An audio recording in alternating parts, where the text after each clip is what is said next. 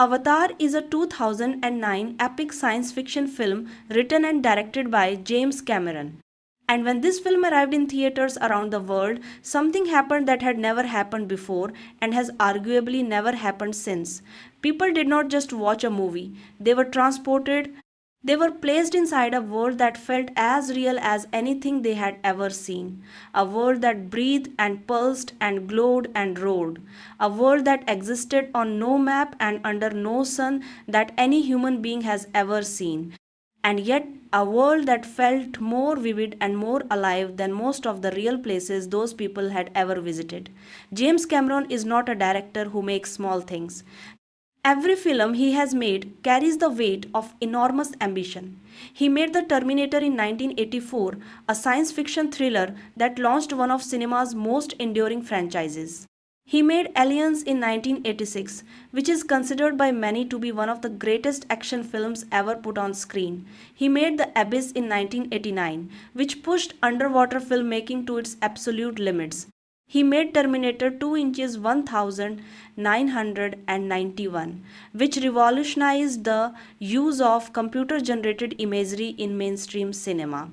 And then he made Titanic in 1997, which became the highest grossing film in history at that time and won 11 Academy Awards including Best Picture and Best Director. Cameron was, by the late 1990s, one of the most successful and most technically ambitious directors who had ever worked in Hollywood, and then he essentially stopped making narrative films for over a decade. He made documentaries, he explored the deep ocean, he worked with scientists and engineers and computer artists, he pushed technology forward. He waited. The idea for Avatar had been living in Cameron's mind since the early 1990s. He had written an 80-page treatment for the film as far back as 1994. But when he looked at what the technology of cinema could do at that time, he knew it was not enough. The world he imagined, the alien moon of Pandora, the blue-skinned Navi people, the bioluminescent forest, the floating mountains, the vast biological network connecting all life on the planet. All of this required tools that did not yet exist. Not the tools to draw these things in animation, because animation existed, but the tools to make these things feel genuinely real, to make the audience feel they were watching something filmed on location rather than constructed in a computer. That technology did not exist in 1994. Cameron decided to wait for it. When he finally made the film, he did not simply use existing technology, he helped invent new technology. His team developed new forms of motion capture that had never been used before. They created a virtual camera system that allowed Cameron to direct actors in an empty volume and see the finished digital world around them in real time. They spent 4 years building the visual effects of the film using hundreds of artists and technicians. The production cost approximately $237 million to make, with an additional $150 million spent on marketing and distribution. At the time, it was among the most expensive films ever made. It was worth every cent and every year of waiting. Avatar was released on December 18, 2009. Within weeks, it became the fastest film in history to cross $1 billion at the global box office. Within 2 months, it had passed $2 billion.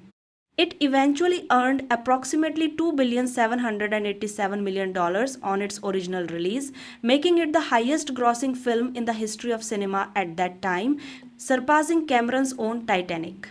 This record stood for nearly a decade before being briefly surpassed by Avengers Endgame in 2019. And when Avatar was re-released in global cinemas in 2022 ahead of its sequel, it reclaimed the top position. As of the mid-2020s, Avatar remains among the 2 or 3 highest grossing films in cinema history. This film is a theatrical release. It was made for the big screen with a capital B. It was designed for the specific experience of sitting in a darkened cinema with a massive screen in front of you and sound coming from all directions and the world of Pandora filling your entire field of vision. Cameron used 3D photography not as a gimmick, not to throw things at the audience, but to create depth, to make the forest feel like something you could step into, to give the sky and the floating mountains a sense of actual physical space. For the people who saw Avatar in the best available theatrical presentations in 2009, many of them reported an experience that was unlike anything they had ever felt in a cinema before. The word that kept coming up in reviews, in audience surveys, in conversations around the world was immersion. People felt immersed in Pandora. They felt they had visited a real place. Avatar is not a Netflix original, it is not part of a pre existing cinematic universe. It was not based on a best selling novel or a beloved comic book or a previously successful franchise. It was an original story written entirely by James Cameron himself, built from the ground up as the first chapter in a new world that Cameron intended to spend the rest of his career exploring. The film stands alone as a complete story while also clearly establishing a universe that could support many more stories. And James Cameron has indeed gone on to make that universe with the sequel Avatar. The Way of Water released in December 2022 and multiple additional sequels in various stages of production. But today the focus is entirely on the original, the 2009 film, the one that changed what cinema could be. Before the story can begin, the world must be understood. Avatar does something that relatively few blockbuster films are willing to do, which is to take time, considerable time, to build its world before the plot of the story begins to accelerate. Cameron understands that the film's emotional payoffs, the destruction of the Hometree, the death of Grace Augustine, the final battle, the resolution, all of these land with their full weight only if the audience has fallen in love with the world that is being threatened. So he takes his time. He lets you live on Pandora before he lets anyone threaten it. Pandora is a moon. It orbits a gas giant planet called Polyphemus in the Alpha Centauri star system, which is the nearest star system to our own sun. In the world of Avatar, set in the year 2154, humanity has developed faster than light travel, or something close to it. The journey from Earth to Pandora takes approximately 5 to 6 years in suspended animation. The moon of Pandora is roughly the size of Earth, with similar gravity and a lush, extraordinarily biodiverse biosphere. But the atmosphere of Pandora is toxic to human beings. It contains high levels of carbon dioxide and various other compounds that would cause a human to lose consciousness within minutes of exposure and die shortly afterward. This means that every human on Pandora must wear a breathing mask whenever they are outside the enclosed and pressurized structures of the human base. The ecosystem of Pandora is unlike anything on Earth, and yet Cameron and his team of scientists and designers created it with enough internal logic and biological consistency that it feels like a place that could actually exist rather than a fantasy confection. The trees of Pandoran forest are enormous beyond anything on earth. Some of the largest reach heights of hundreds of meters.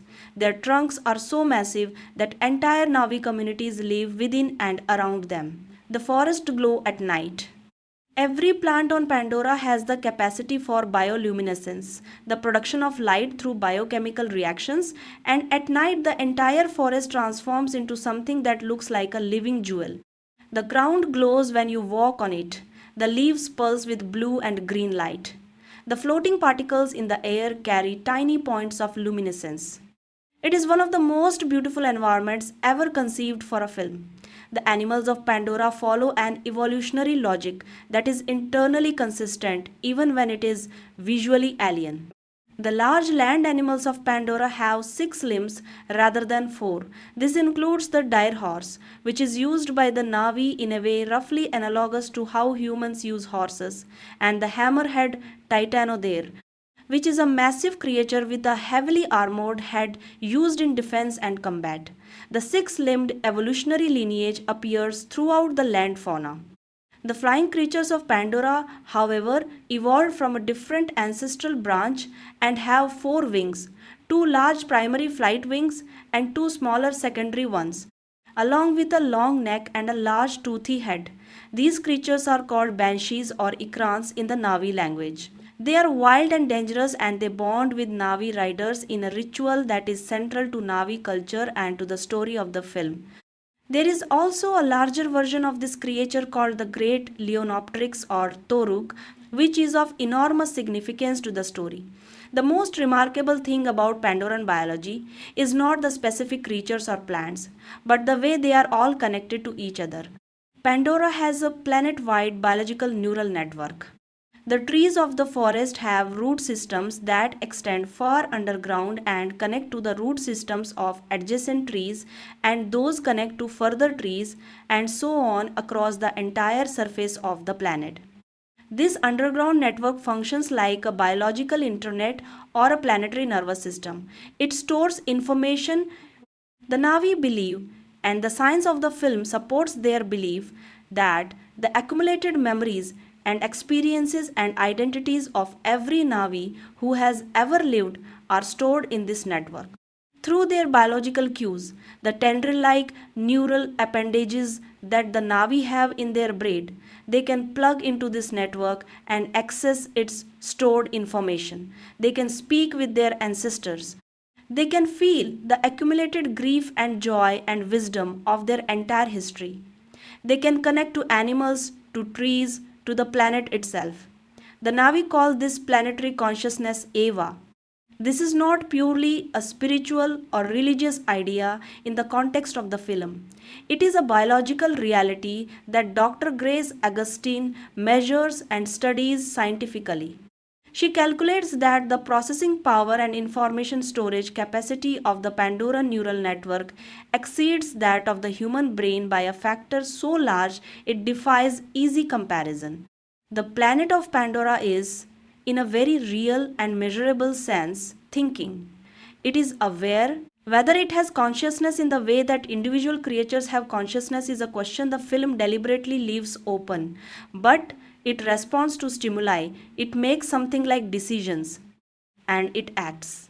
This is the world into which Jake Sully arrives, a living world, a world that is itself a being.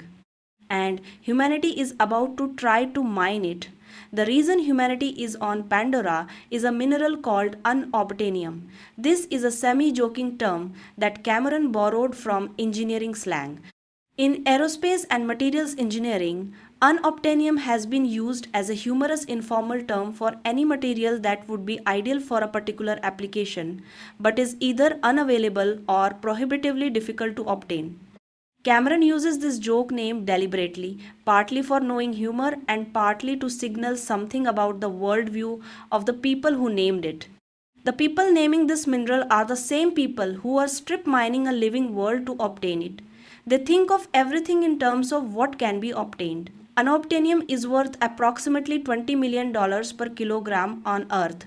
Pandora has enormous deposits of it, particularly beneath specific locations on the planet's surface, locations that happen to coincide with major Navi settlements and sacred sites.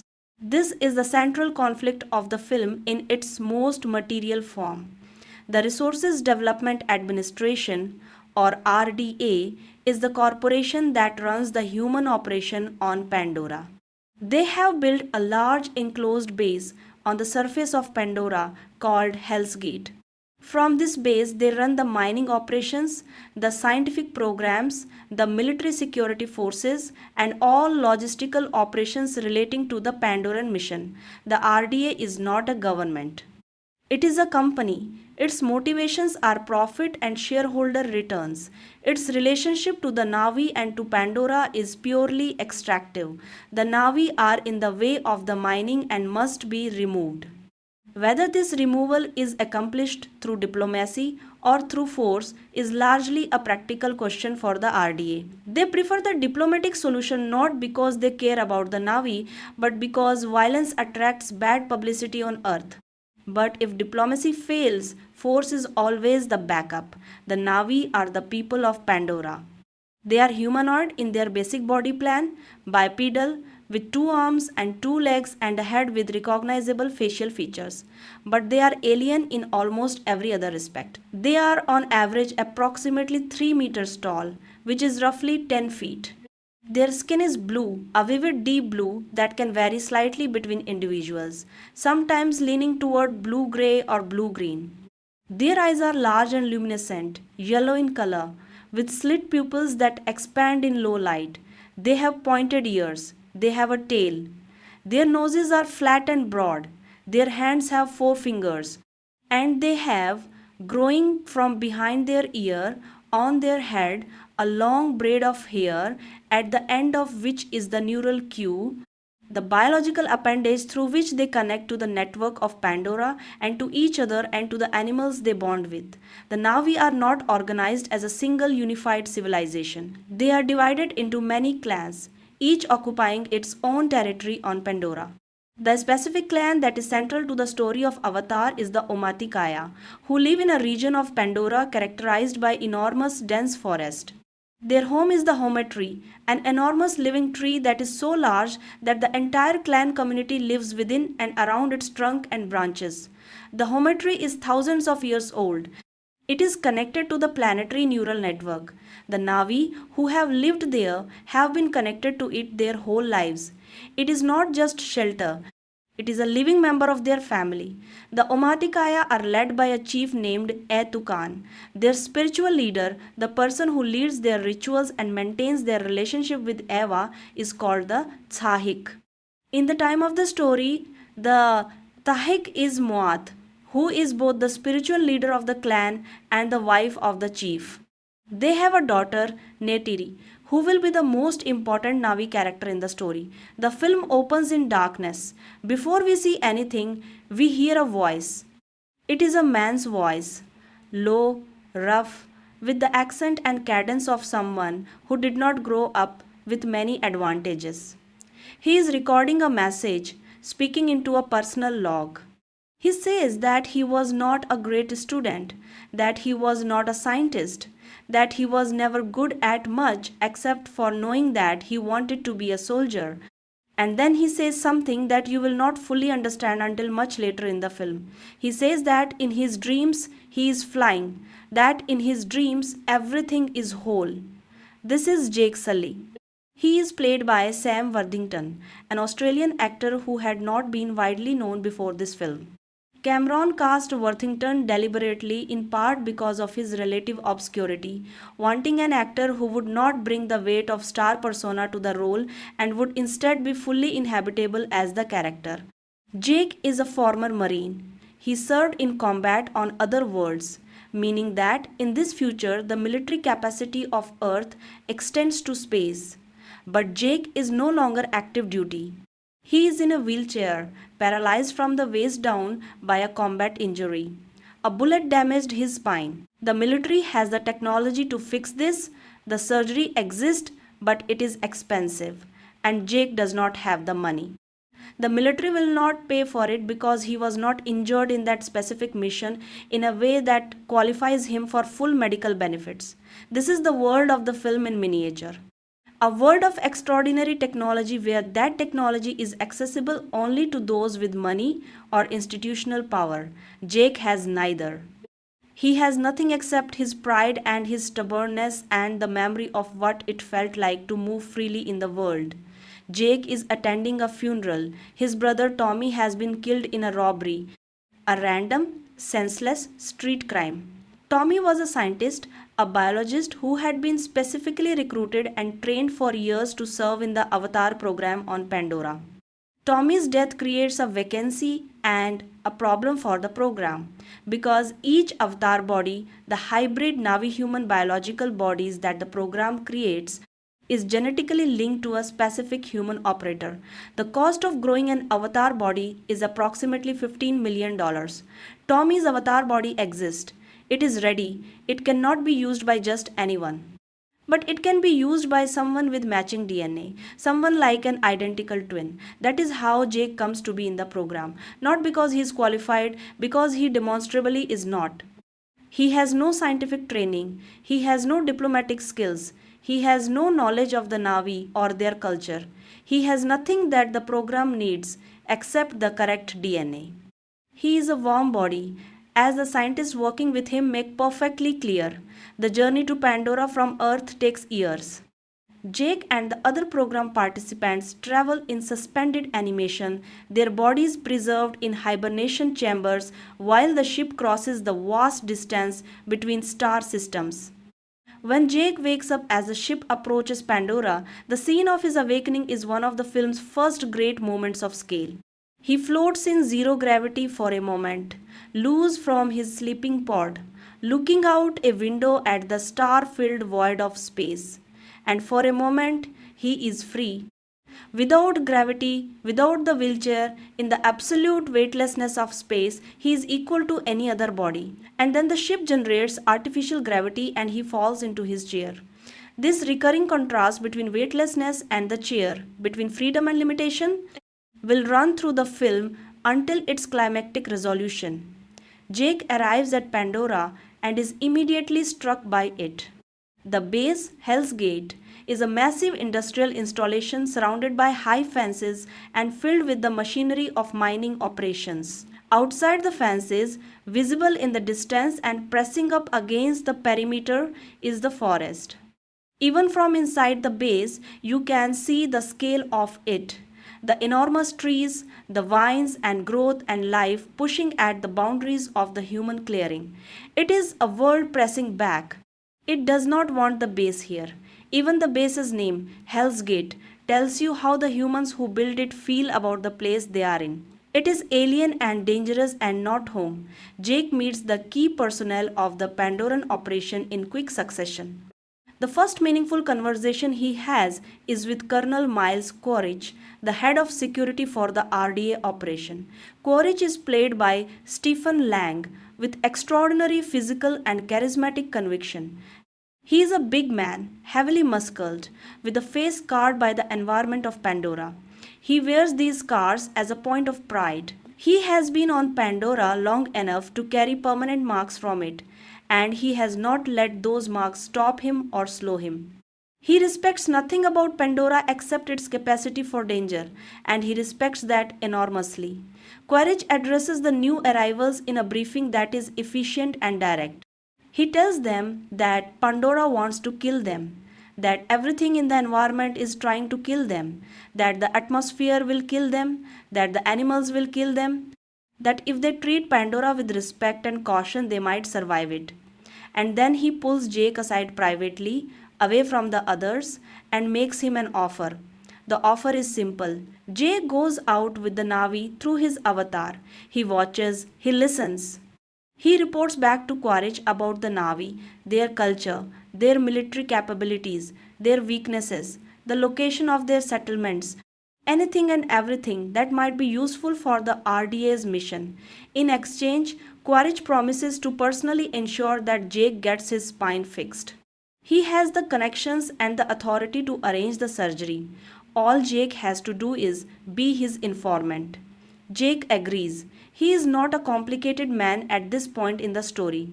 He wants his legs back. The deal seems simple. He understands military hierarchy and he understands that information is what soldiers trade. He does not fully grasp what he is agreeing to, what it will cost him, or who it will hurt. He will learn.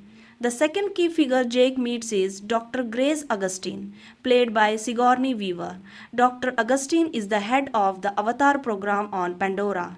She is brilliant, deeply knowledgeable about both the biology of Pandora and the culture of the Navi, and she is absolutely furious that Jake Sully is there. She does not mince words about this. She tells him directly that he is not what she needs. She needed his brother, the scientist, the trained professional, the man who had spent years preparing for this role.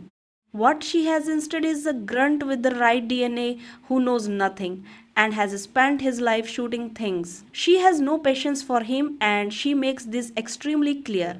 This tension between Grace and Jake is one of the film's most enjoyable relationships.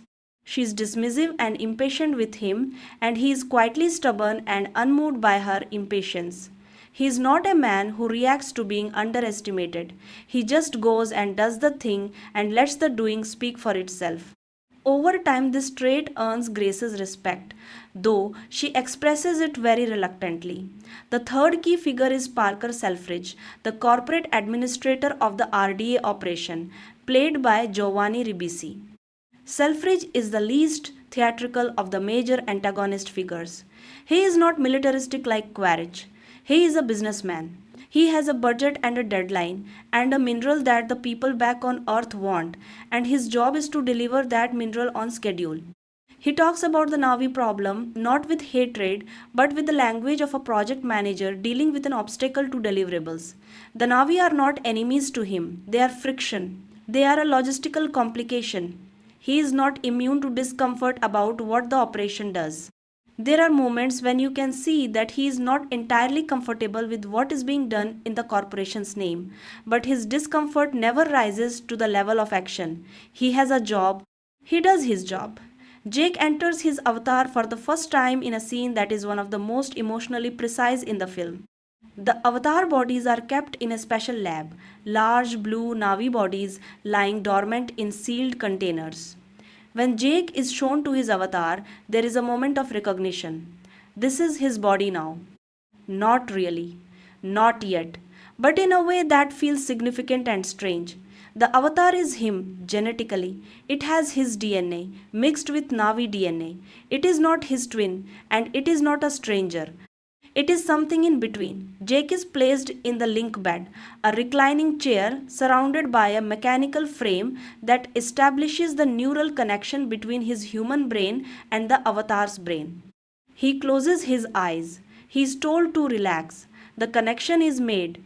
And then, somewhere else, in another room, in another body, Jake Sully opens his eyes. The first thing he notices is that his toes work. He wiggles them. He looks down at his enormous blue-gray feet with their 4 long toes and he wiggles them and he starts laughing. He sits up, he stands and he walks and then he runs. He pushes through the doors of the lab, bursting out into the compound, and he runs across the ground, barefoot, feeling soil and grass and the resistance of the earth under his feet. He is laughing and stumbling like a man who has just learned to walk after years of paralysis. He falls over, he gets back up. He runs again. The scientists watching from the lab call after him to slow down, to be careful, to stay in the lab for assessment. He does not care. He cannot care. He has legs. He has a body. He is free. This scene is played entirely without sentimentality or score-assisted manipulation. Cameron just lets it happen, lets Sam Worthington and the animators who translated his performance into the avatar body just live in the joy of it, and it works because it is genuine. You understand in 30 seconds of watching Jake run why Pandora and the avatar will mean more to him than anything in his previous life. This body is the life he was supposed to have. And it has been given to him in the most extraordinary circumstances imaginable. The first field mission with the Avatar team takes them into the forests of Pandora.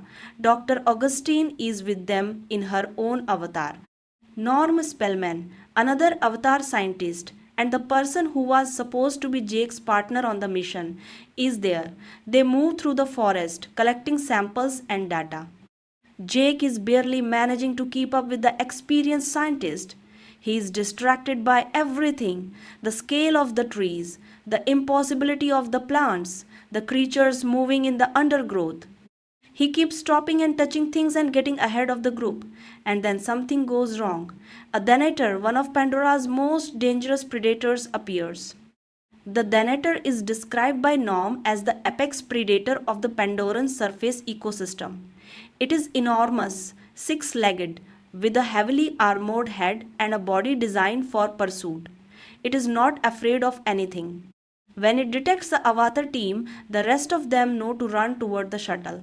Jake, unfamiliar with the protocols and still marveling at his ability to run, runs the wrong way, into the forest. The Denator chases him for what feels like miles. Jake runs and climbs and dives and fights, using everything his military training and his new powerful avatar body can offer. He manages to drive the Denator off temporarily by sending it over a waterfall. But he is lost in the forest. Night is coming. He is alone in one of the most dangerous biospheres in the known universe. And then the forest comes alive. The bioluminescence of Pandora is at its most spectacular at night. Every plant, every patch of moss, Every fungus and vine lights up with blue and green and purple light. The ground glows where you step on it, and the light slowly fades after you have passed, as though the forest is tracking your movement. Jake, standing in the middle of this in the body of a Navi for the first time at night on Pandora, is experiencing something he does not have words for. The beauty of it is so extreme that it becomes a kind of terror. He makes a rough camp, he fashions a torch, he keeps predators away through the night. And then, in the final hours before dawn, something extraordinary happens. One of the wood sprites, the seeds of the sacred Ava tree, floats down and lands on his arm. He stares at it. It seems to be looking at him. And then another comes, and another, until he is surrounded by dozens of these floating luminescent seeds drifting around him in the dark forest like living snow. Someone has been watching him. She has been watching him since he entered the forest.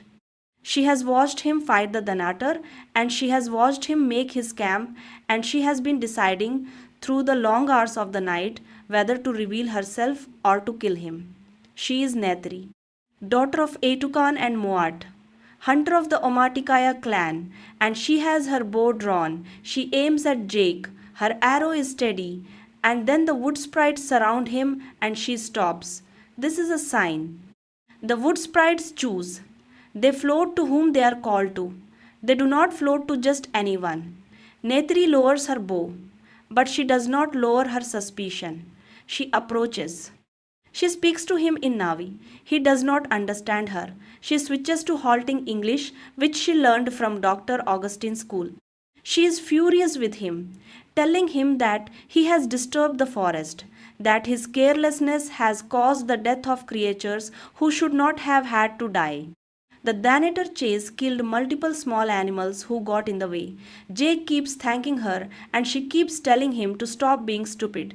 There is something immediately compelling about this interaction. She is not in awe of him. She is not particularly impressed by him. She thinks he is a large, well meaning, catastrophically ignorant creature who has no business being in her forest, which is, of course, exactly correct. She is going to leave him there.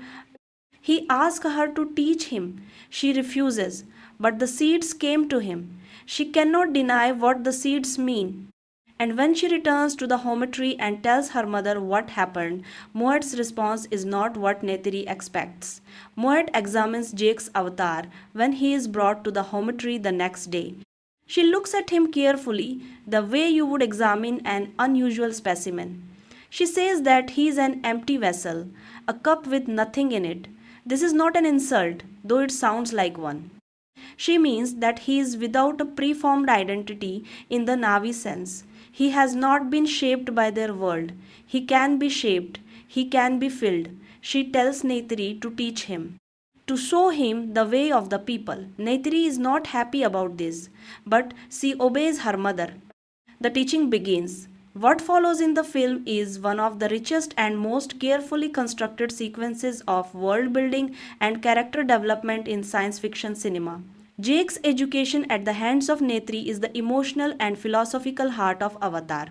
Everything that happens in the second half of the film, the tragedy, the battle, the resolution, derives its power from the depth of what is built here. Cameron takes his time with this section of the story. He is not in a hurry. He wants you to be educated alongside Jake. He wants Pandora to become real to you the way it becomes real to Jake. Neytiri begins with the basics. She teaches him how to move through the forest without causing unnecessary damage. She teaches him that every plant, every creature he passes, is connected to every other through Ava. That carelessness in the forest is not just environmentally irresponsible in the human sense. It causes actual pain and disruption in the network of the planet. She teaches him to pay attention to things that a soldier trained to watch for threats would never notice. The way a certain plant retreats before an air pressure change that precedes rain. The way specific bird calls signal the presence of a predator far off in the canopy. The way the ground itself changes texture depending on which roots are beneath it. The forest is a language and she is teaching him to read it. She teaches him the Navi language. This is significant for multiple reasons. Cameron commissioned linguist Paul Frommer of the University of Southern California to create a fully functional, grammatically consistent, phonologically coherent language for the Navi before a single frame of the film was shot. Navi is not movie babble. It has rules, it has a logic, it can be learned and spoken. Frommer developed a vocabulary and grammar that grew to thousands of words by the time the film was released and has continued to grow in the years since, supported by a dedicated global community of Navi language learners. When Jake begins to speak Navi in the film, it matters that the language he is speaking is real. The audience hears real language and real grammar. It sounds like a language because it is one. Language is not just communication in the Navi framework, it is identity. Every clan has its own dialect and its own specific vocabulary for certain concepts. When Jake learns Navi, he is not just acquiring a communication tool, he is taking on a way of seeing the world. Navi has no word for the concept of ownership as humans understand it. The language structures experience in ways that presuppose connection and relationship rather than possession and domination. Learning to speak, it changes how Jake thinks, not just what he says. He learns to ride a direhorse. The direhorse is a six-legged animal that the Navi use for riding and travel. It is not domesticated in the way that earth horses are domesticated. It is bonded. The Navi rider connects their neural cue to the direhorse's neural receptors and the two creatures become temporarily one organism. They share sensory information. The rider feels what the horse feels and the horse understands what the rider intends. It is not command and obedience. It is communication between equals. For Jake, experiencing this for the first time is extraordinary. He describes it in his log as feeling like he and the horse were thinking the same thought. The implications of this biological connection go far beyond riding. Every Navi bond with an animal, with another person, with a tree involves this genuine sharing of experience. When Neytiri later bonds with Jake in the Navi ritual of partnership, they are not just making a social commitment, they are sharing their complete selves. Every memory, every feeling, every experience. There is no pretense possible in this kind of connection. You cannot lie while your neural cue is connected to another person's. You cannot present a false version of yourself. You are entirely known. This is what makes the idea of true seeing so important in Navi culture.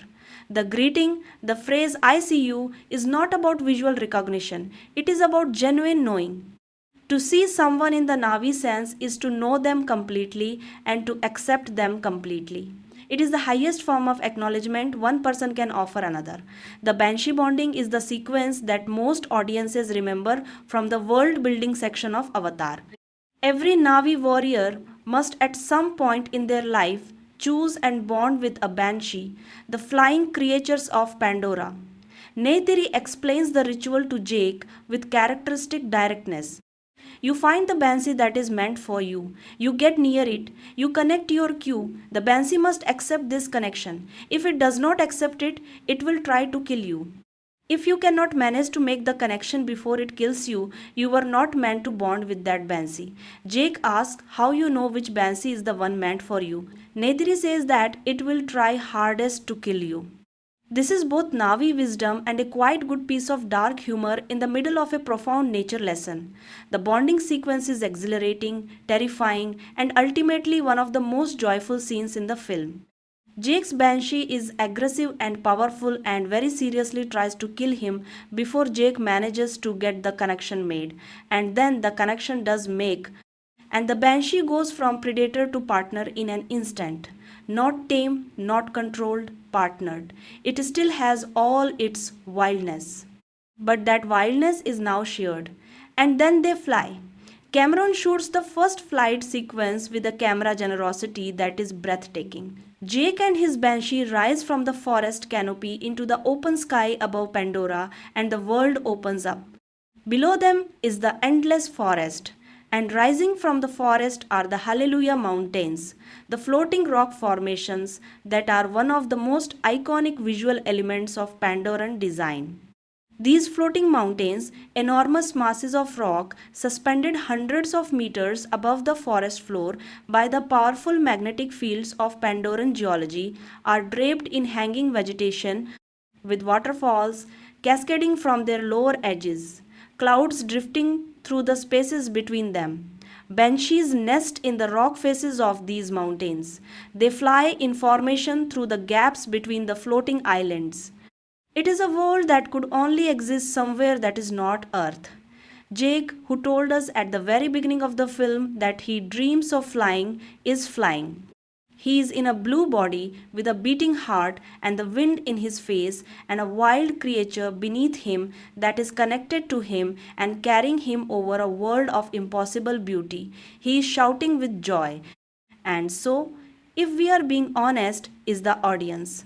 Meanwhile, in his human body, Jake records his logs for Quaritch.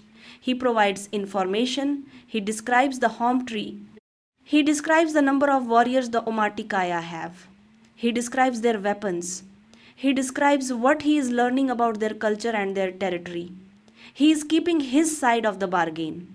And he is telling himself that this is strategic, that he is buying time, that he will find a way to protect the Navi when the moment comes. This is the lie that Jake tells himself through the middle section of the film. He is living two lives and he tells himself they are compatible, that he can serve the RDA's intelligence needs and still genuinely be learning from the Navi and still eventually do something to protect them. This self-deception is something Cameron shows without commentary or judgment. He does not signal to the audience that Jake is wrong or that he is bad. He just shows us what Jake is doing and lets us draw our own conclusions. The audience understands the contradiction that Jake is suppressing. And the film waits patiently for the contradiction to become impossible to suppress any longer. The relationship between Jake and Neytiri deepens through this period. The teacher and student dynamic shifts. She is still teaching him. She probably always will be. He will always know less about Pandora than she does. But he is not just a student anymore. He is a companion. He is someone whose company she values. And more than that, he is someone whose curiosity and openness she has come to love. There is a scene in the forest at night where they sit together on a branch overlooking a vast stretch of bioluminescent landscape and they talk. Not about Navi culture, not about the forest, just about themselves, about what they feel, about what this world means to each of them. This is the scene where the film makes clear that what is happening between these two people is love, not the love of convenience or circumstance, though circumstance brought them together.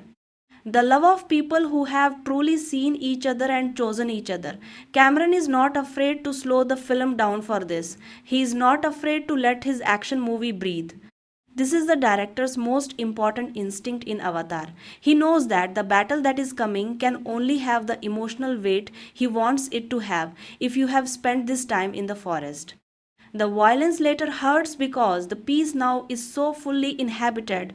The acceptance ceremony for Jake at the Omaticaya is one of the film's most moving sequences.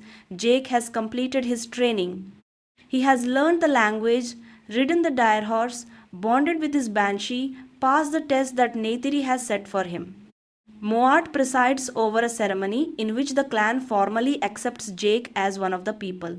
He recites his name, his clan allegiance, his bond. He is given a Navi name. The clan accepts him. And in the ceremony, in front of the whole clan, Jake and Neytiri bond.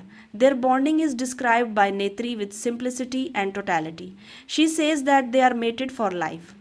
The neural connection they make through their cues is the ultimate expression of the Navi philosophical commitment to true seeing. They know each other completely. There is nothing hidden. This is not a human marriage ceremony with its social rituals and legal documents. This is two people connecting at the level of their nervous systems and choosing to be responsible for each other. It is profoundly intimate and profoundly serious, and the film treats it as such. Jake's happiness in this period is complete. And the audience happiness is complete because we have fallen in love with Pandora as deeply as he has. Which means what comes next is going to hurt. Back on the human side of the story, Selfridge and Quaritch are losing patience. The Avatar program was given a specific deadline. The diplomatic approach was supposed to produce results, specifically the voluntary relocation of the Omaticaya away from the Hometree, which sits directly above the richest deposit of unobtainium anywhere on Pandora. That relocation has not happened. The Navi have not agreed to move. And the clock is running. Quaritch calls Jake in for a reporting session, and the mood of the conversation is different from their previous interactions. He is no longer patient, he wants information he can use. He wants to know how to break the Navi, how to move them, where they are weakest, what they would not be able to replace if it were taken from them. Jake, who has been managing the contradiction of his double life, begins to understand that the time for contradiction is ending. Quaritch is about to act, and when he acts, the information Jake has provided will be used. Jake makes one final attempt to solve the problem through the Avatar program. He goes to the Omaticaya and he asks them to consider relocation. He presents it as a genuine option, as something worth considering. The clan's response is immediate and unambiguous. The Hometree is where the Omaticaya have lived for generations. It is connected to the memory of every Omaticaya who has ever lived. It is connected to Eva. The bones of their ancestors are in its roots. Moving from the Hometree would be like amputating a limb of the entire clan's identity. It is not a reasonable option. It is not an option at all. Jake knows this will not satisfy Quaritch. And Quaritch knows that Jake's diplomacy has failed, and Selfridge signs off on the military option. But first, there is a scene of terrible irony. Grace Augustine, who has been a skeptic of everything non scientific throughout the film, takes Jake to the most sacred site of the Omaticaya, a grove of trees where the connection to the planetary neural network is at its strongest. She has measured the network. She has calculated its processing power. She is trying to convince Selfridge and Quaritch that what they are proposing to destroy is not just a tree in the RDA's way. It is something beyond human comprehension in its complexity and value. She says that what is under that forest is not just geology. It is the most complex information processing system she has ever encountered or imagined. Destroying it would not just harm the Navi, it would harm science. It would harm human understanding of consciousness and biology in ways that cannot be recovered. Selfridge listens. And then he picks up a mineral sample of unobtainium from his desk and holds it up. He says that this is what pays for science on Pandora. And he signs the order. This is the most painful part of the story to recount because it involves Jake doing the worst thing he does in the film, and the film does not spare him from it. It does not let him off with good intentions. It lets the consequences happen in full. Jake is brought before Selfridge and Quaritch and Grace. After the military decision is made, he is given one more chance. Go back to the Navi. Give them one more ultimatum. Tell them they have 24 hours to relocate voluntarily before the military acts. This is not a genuine offer of negotiation. Everyone in the room knows that. It is theater, a last gesture toward the diplomatic option for legal and public relations purposes. Jake goes back to the Hometree. And before he can deliver the ultimatum, Neytiri asks him a question. It is simple and direct. She looks at him and she asks him if anything he has told her and the clan has been real. If any of it was true, and something breaks in Jake because the real answer, is complicated in ways that are terrible. The feelings were real. The transformation was real. The love was real. But the reasons he came to them were not what he presented. He was a spy. He is a spy, and he knows what is coming. He tells them the truth. He tells them everything. That he came to them on behalf of the military, that he has been reporting to Quaritch, that they have been studied and assessed as a military target by the information he provided. The clan's reaction is immediate and devastating. The warriors grab him. Neytiri's face, which has been open and trusting, closes like a door. She does not shout, she is beyond shouting. She tells him that he has lied, that everything between them was built on a lie, that she has been a fool. She is right. She is entirely right. And Jake, in this moment, has no defense to offer. He was given a chance to be something he had never been before, and he took that chance in bad faith. He will spend the rest of the film trying to earn back what this cost him, not through apology, because apologies cannot undo this, but through action. The military assault on the Hometree begins with gunships. Large armored helicopters built for combat, armed with rockets and missiles and incendiary devices. They fly in formation out of Hell's Gate and across the forest toward the Hometree. The Navi see them coming. They have no missiles, they have no aircraft, they have bows and spears and their connection to Eva.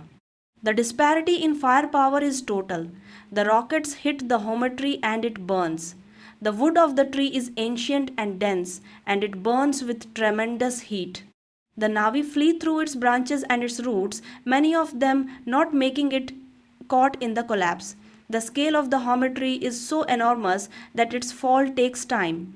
It does not simply topple, it comes down in stages. The burning trunk giving way section by section, the canopy descending slowly through the smoke, the roots pulling from the earth with sounds like thunder. The fall of the Hometree is the most visually beautiful and emotionally devastating sequence in the film. Watching something that old and that alive die carries a specific grief that Cameron has engineered with extraordinary precision. Etukan, Neytiri's father and the chief of the Oma Tikaya, is killed in the collapse. He is pinned by a falling branch, and Neytiri holds him as he dies. She sings to him the Navi death song, a quiet and heartbreaking piece of the Navi musical tradition that Horner incorporated into the score. And then she is alone in the wreckage of her home with the body of her father. Jake and Grace are in their avatar bodies when all of this happens. Jake is watching and he is helpless. He is watching the consequences of his information be visited on the people he loves. There is nothing he can do. The gunships are not here for him yet. They will come for him later. For now, he watches the Hometree fall and he understands, perhaps for the first time in his life, the full weight of what choices actually cost. The link to the avatars is cut by the security forces at Hell's Gate. Jake and Grace wake up in human bodies. Jake is furious in the explosive, physical way of a soldier who has no other language for this feeling. He confronts Quaritch. He tells him what he thinks. Quaritch strips him of his access, his privileges, everything. He has no more use for Jake. Jake is thrown in holding with Grace. Grace is wounded. A guard, during the arrest, shot her in the avatar. The wound transferred imperfectly through the link in a way that left her human body damaged. She is losing blood. She is dying slowly. Trudy Chacon, the military pilot who has been transporting the Avatar team on their missions, has been watching everything happen and has reached her limit. She is not a scientist or a diplomat. She is a soldier, a marine like Jake, and she knows what the military code actually says about this kind of operation. What she has witnessed here is not a military operation, it is an atrocity. She decides that she will not be part of it. She finds Jake and Grace in holding and she gets them out. Norm Spellman joins them. Together, the four of them escape from Hell's Gate in Trudy's gunship, flying out into the forest. They need somewhere to hide. They need time to think. And Grace needs medical attention that is not available in the base. They have just fled. Trudy flies them to a hidden location in the deep forest, a place Grace knows, a neutral and secure spot where the avatars are stored and accessible and where a small amount of equipment is available.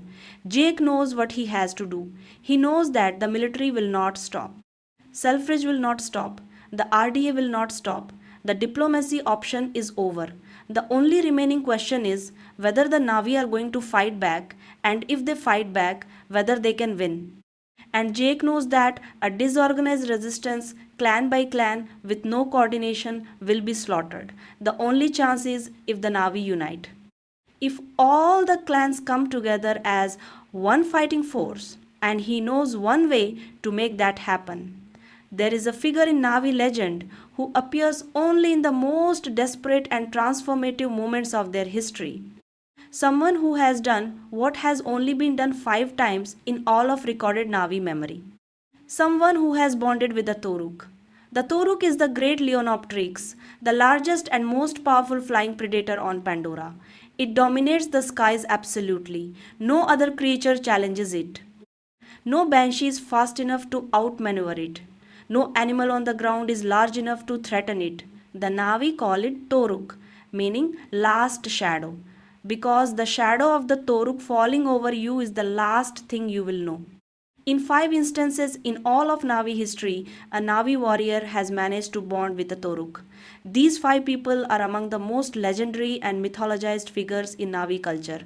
The title given to someone who rides the Toruk is Toruk Makto, the rider of last shadow. If Jake can bond with a Toruk and arrive at the gathering of the Navi clans on a Toruk, it will not just be dramatic. It will be religiously and culturally significant in a way that nothing else could be. It will signal to every Navi who sees it that this is a moment outside ordinary time, that something unprecedented is happening that requires a response without precedent. But first, before Jake can do any of this, Grace Augustine is dying. And Norman, Trudy, and Jake are not ready to lose her. Grace Augustine is not a simple character. She is a scientist whose love for Pandora came upon her gradually, the way genuine love usually does, through years of careful attention. She came to study the biology and she ended up loving the beings. She built a school for Navi children. She learned the language. She spent more time in her avatar than she did in her human body. The avatar was her real life. The human body was the obligation she returned to. She fought the RDA as hard as she could fight within the system she was trapped in. She argued against the military option. She presented her scientific data about the neural network to Selfridge and Quaritch and tried to make them understand that what they were planning to destroy was beyond value. She failed. And now she is dying from a wound that was the direct result of the military operation she opposed. Jake knows about the Navi ritual of transfer. He has seen references to it. He knows that the Navi, through the network of Eva, can sometimes transfer a consciousness from a dying body into a new one. He knows that it has been done for Navi individuals in extreme circumstances. He does not know if it can be done for a human. He does not know if a human consciousness can pass through the Pandora neural network. But he thinks it is worth trying. He thinks Grace is worth trying it for. Moat agrees. The gathering of the remaining Omaticaya, sheltered now in the roots and caves of a secondary forest location after the destruction of the Hometree, comes together for the ceremony. The Tree of Souls is not the Hometree, but it is the most powerful connection point on the planet, a direct and strong link into the planetary network. The clan connects. Moat leads the ceremony. Jake and Norm watch from outside the circle. The ceremony is one of the most beautiful visual sequences in the film. The bioluminescent energy of the network flows through the ground and into the tree and through every person sitting in the circle. You can see it moving. The tree responds to the collective intention of the gathered people. It reaches out. The network opens. But Grace is too far gone. Her human body is too damaged. The consciousness that is Grace Augustine is already fading, slipping away from its biological substrate at a rate that the network cannot compensate for. More does everything that can be done. The network does everything it can do. It is not enough. Grace dies during the ceremony, but she does not die without witnessing something. In her final moments, she opens her eyes. She looks at Moat. And she says with complete calm and wonder that she can see Eva, that she can see her. She is smiling when she dies. This smile is not resignation. It is not the polite smile of someone making death easier for the people watching. It is the smile of a scientist who has discovered that the most important thing she ever studied is real in a way that goes beyond any of her measurements. She has spent her professional life measuring the network, calculating its processing power, demonstrating its existence to colleagues who thought she was overstating its significance. And in the moment of her death, she is inside it. She knows what it is. She is not afraid.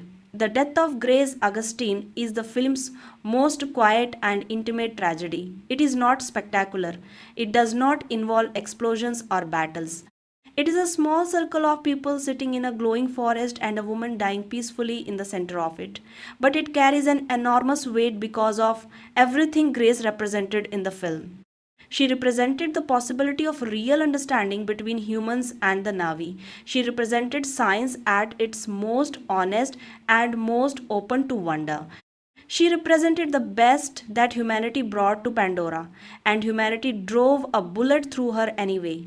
Jake carries her death with him into what comes next. He does not mourn loudly, but you can see it in the way he moves afterward. He is done being careful, he is done being strategic.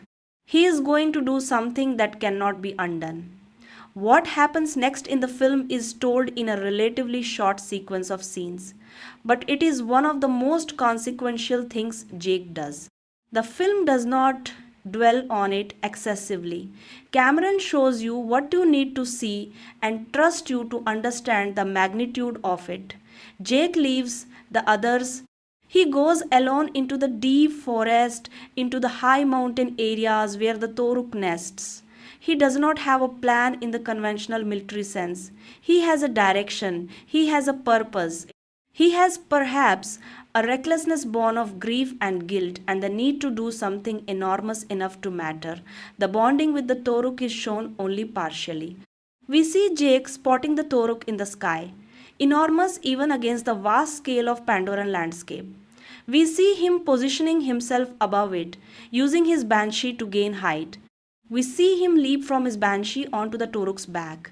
And then we see the struggle, violent and terrifying, and then the connection. Jake's cue finding the Toruk's receptor, the Toruk going still, and then they are flying together. The Toruk, the largest creature in the sky of Pandora, carrying one blue figure on its back. And the creature responds to its rider. Jake knows what this will look like to the Navi. He knows because Neytiri told him. She told him the stories. She told him what it means when Toruk Makto appears. She told him what her people believe about such a moment. He is using that knowledge, and he is also, in a way that transcends strategy, fulfilling it. He is not pretending to be Toruk Makto. He is Toruk Makto. He has done the thing. The title is earned. He flies to where the surviving Omaticaya and their allied clans have gathered. He descends from the sky. The Navi see the Toruk coming and they scatter in terror, because of course they do. The Toruk brings death. Its shadow means death. And then they see the rider. The elder warriors of the Omaticaya know immediately what they are seeing. They have heard the stories their whole lives. They have learned the 5 names of the 5 Toruk Makto of Navi history. They know the significance. And when Jake dismounts and stands before them, speaking Navi with the accent that marks him as a learner, but with the fluency that marks him as someone who has genuinely worked to understand their world, the elders receive him. Muat steps forward. She looks at him for a long moment, and she says that the Great Mother may have brought him here for a reason. She does not say that she forgives him. She does not say that what he did to the Omaticaya is erased, but she says that this moment is larger than what came before. Jake speaks to the assembled people. He speaks in Navi. He tells them what he knows, that the Sky people, the RDA military will not stop, that after the Hometree, the next target is the Tree of Souls. That the Tree of Souls is the heart of Eva, the most direct connection point between the living people and the accumulated memory of all their ancestors, and that destroying it would mean something beyond physical loss. It would be the spiritual death of the Navi civilization, even if the people themselves survived. He says that the Sky people have made him strong, and now he will use their strength against them. He says it is time to fight. And then Neytiri speaks. She has been standing at the edge of the circle. She has been watching and listening. Her face has been unreadable since Jake arrived. The grief for her father and the grief at Jake's betrayal are still there. They will probably always be there. But she is Neytiri of the Omaticaya. She is the daughter of a chief and the student of a Tsahik. She does not let personal hurt govern her judgment when her people's survival is at stake. She says that she will fly with Toruk Makto. It is not forgiveness. It is not the resumption of everything that existed before. It is a soldier making a military decision. It is a Navi making a choice about what her world requires. But it is also, underneath all of that, Neytiri saying that she has not stopped seeing him, the real him, even with the betrayal between them. She still sees him. What follows is the logistical preparation for the largest military operation in Navi history. Jake, as Toruk Makto, is able to do something that no Navi individual could do in an ordinary context. He can fly to every clan in the region and speak to them not just as a messenger but as a sign. Toruk Makto does not come with request. He comes with omens. The appearance of Toruk Makto signals a moment when the ordinary rules are suspended and the extraordinary is required. Cameron does not show all of these individual clan meetings. He shows us enough to understand what is happening and to feel the scale of it. Riders fly across Pandora, Ikrans carry messages, warriors from distant territories begin to move toward the gathering point. The clans of Pandora do not share a unified culture or a unified government. They have their own histories, their own territorial concerns, their own relationship to the events that have been happening with the RDA. Some of them have had less direct conflict with the humans than the Omaticaya have. Some of them may be suspicious of this alliance. But Toruk Makto changes the calculation. This is not a diplomatic request. This is a mythological event. You respond to it. By the time the gathering is complete, Jake stands before tens of thousands of Navi warriors. This is not hyperbole within the film. The visualization of the assembled clans is one of the film's most remarkable sequences. The forest edge is filled with people and creatures as far as the eye can see. Direhorses and Ikrans and warriors in full ceremonial and battle dress. The scale of it is enormous, and Jake in his avatar body stands before them as their general. He is aware of the irony of this. A human being commanding the Navi resistance against the human military, a soldier who was originally deployed to help the RDA achieve its goals, now organizing the Navi forces to defeat the RDA. He does not dwell on it. There is no time to dwell on it. But the film lets you feel it, lets you understand that Jake understands this irony and lets you decide what you think about it. The military planning is practical and grounded. Jake has military training that the Navi do not have in the conventional sense. He understands gunship capabilities and their limitations. He knows where the RDA's resources are strong and where they are weak. He knows that the Navi cannot win a conventional battle against military hardware. They cannot outshoot the gunships. They cannot outlast the missiles. What they can do is use their terrain, their numbers, and the element of tactical surprise to disrupt and destroy the human military capability before it can neutralize them. But there is something else. Jake prays, or whatever the equivalent of prayer is in the context of Eva. He goes to the tree of souls and he puts his hand against it and he connects through his cue. And he talks to Eva. He tells her, in his rough and unpracticed spiritual language, what is happening. He tells her about the humans. He tells her what they will do if they reach the tree of souls. He asks for help. Neytiri, watching this, tells him not to count on Eva helping. She says that Eva does not take sides. She protects only the balance of life. She is not a war goddess. She will not send her creatures to fight for the Navi simply because the Navi ask. Jake understands this. He nods. But he asked anyway because he is running out of options and he has learned in his months on Pandora that the things you cannot measure or predict are sometimes the most important ones. He will remember this prayer during the battle. On the human side, Quaritch is planning the assault with methodical military precision. He knows the Tree of Souls is the target. He knows that destroying it will break the Navi resistance not just militarily but spiritually. He knows that Jake Sully is out there somewhere leading the Navi forces, and he has planned for that specifically. He knows Jake's human body is still in the link trailer. He knows that cutting the neural link will incapacitate Jake's avatar mid battle. And he is planning to personally handle the destruction of the link equipment and, by extension, Jake. This is personal for Quaritch in a way that it is not for Selfridge or for the RDA as an institution. Quaritch was betrayed by Jake. He gave Jake a deal and Jake took the deal and then broke it. To a man like Quaritch, who is defined by his code and his certainty and his identity as a protector of his people, this is not just a tactical problem. It is an offense against his entire value system. He will deal with it personally. The night before the battle, Jake and Neytiri are together. There is no grand reconciliation scene between them. No long conversation where all the hurt is addressed and resolved. They both know there is no time for that.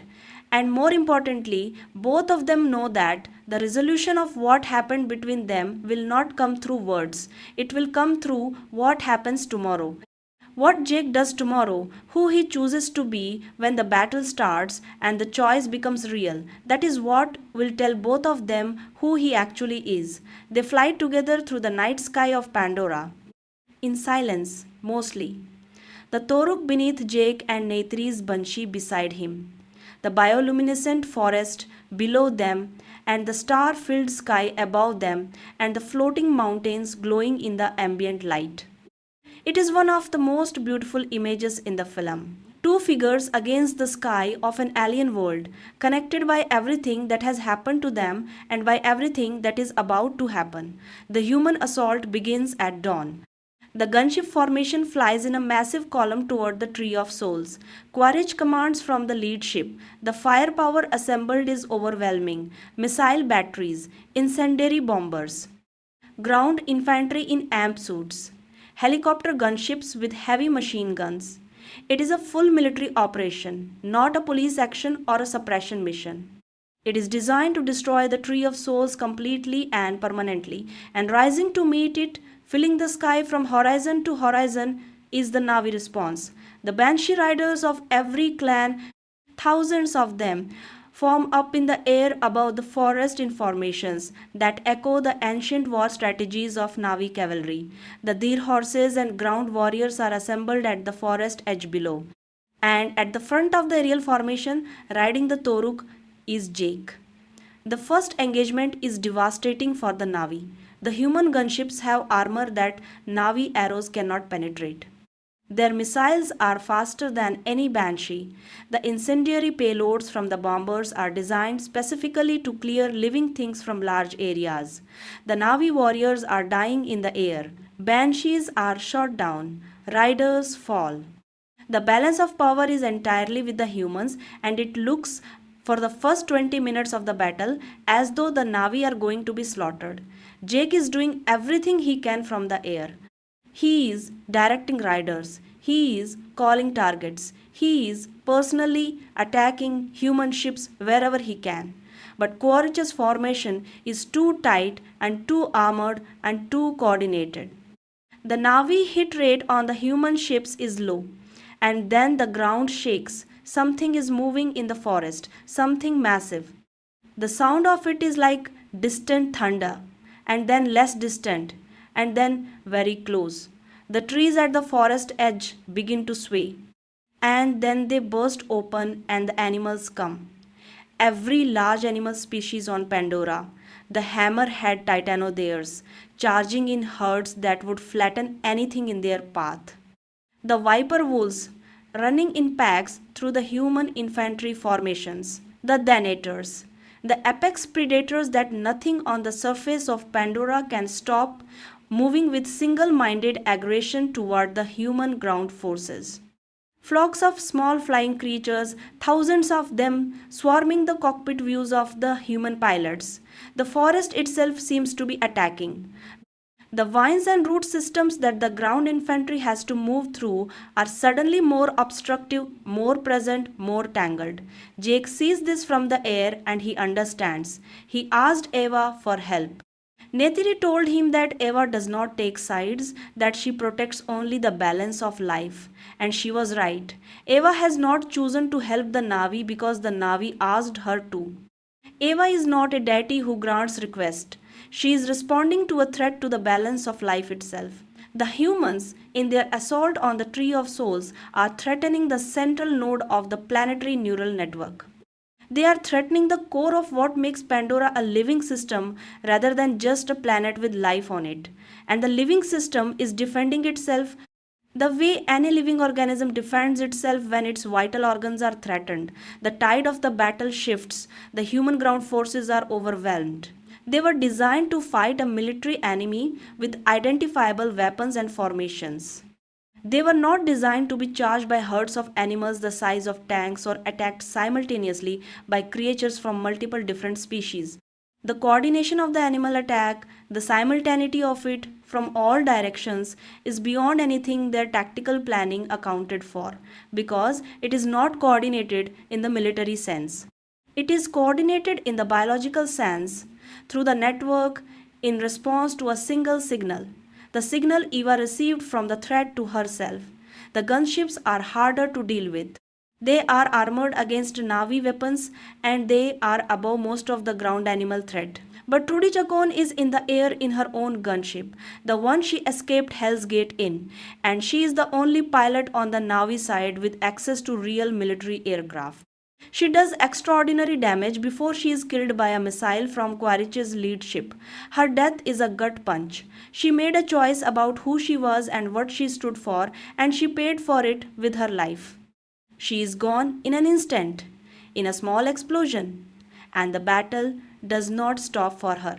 Quaritch is not deterred by the animal counterattack. He adjusts his formation to pull back from the worst of the ground engagement and refocuses on his primary objective, which is the Tree of Souls. He can see that the Navi are not winning the air battle even with the animal support. The bombers need to get through. And even if they lose significant forces getting there, the result, the destruction of the Tree of Souls, will end the war. But Quaritch has not forgotten his secondary objective. While he manages the aerial battle, he also has a parallel plan in motion. He knows that somewhere below, on the ground, is the link trailer where Jake Sully's human body lies in the link bed. He is going to get to it. He gets in an amp suit. The amp suit is a large powered exoskeleton, roughly 3 meters tall, designed for heavy industrial work in toxic environments. The military has adapted it for combat. Inside an AMP suit, a human operator has the physical strength of something much larger, a tough armored shell, and the ability to carry and wield weapons designed for the suit rather than for a human hand.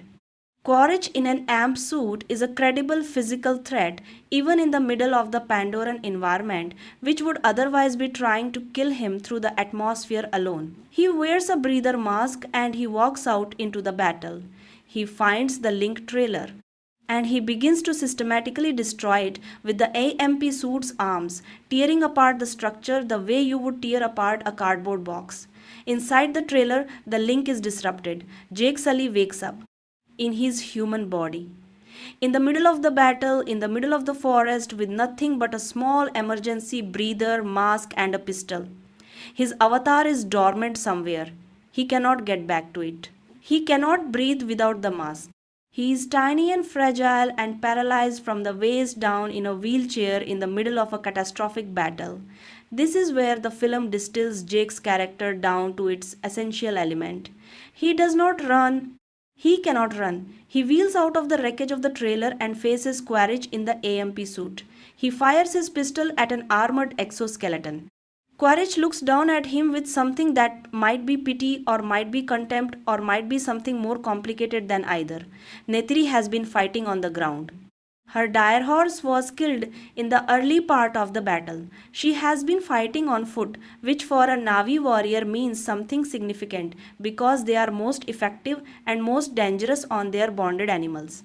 A Navi on foot in the middle of a human military assault is not in a good position, but she is Neytiri of the Omaticaya and she is fighting with everything she has. She encounters a Donator, not a friendly animal responding to Eva's call, just a Denator, territorial and aggressive and in the middle of chaos. She fights it, and in the fighting, she makes a connection. Her cue reaches out, and the Denator's neural receptors respond. It is not a peaceful or chosen bonding the way the Direhorse bond or the Banshee bond are. It is emergency, it is desperation. But the connection holds. She mounts the Denator, and now she has a weapon that no human firepower is designed to deal with. She uses the Denator to fight through to where Jake is, where Quaritch in his amp suit is about to finish what he came to do. The fight between Neytiri on the Denator and Quaritch in the amp suit is the film's climactic physical confrontation. It is fast and brutal and visceral in the way that Cameron's action sequences always are. The amp suit is strong enough to grab the Denator and hold it. Quaritch is an exceptional fighter. But Neytiri is also an exceptional fighter and she has a fully bonded apex predator beneath her. The fight goes back and forth. Quaritch does not look at Jake during the fight. He is focused on his immediate tactical situation, which is the Denator trying to bite through his amp suit's armor.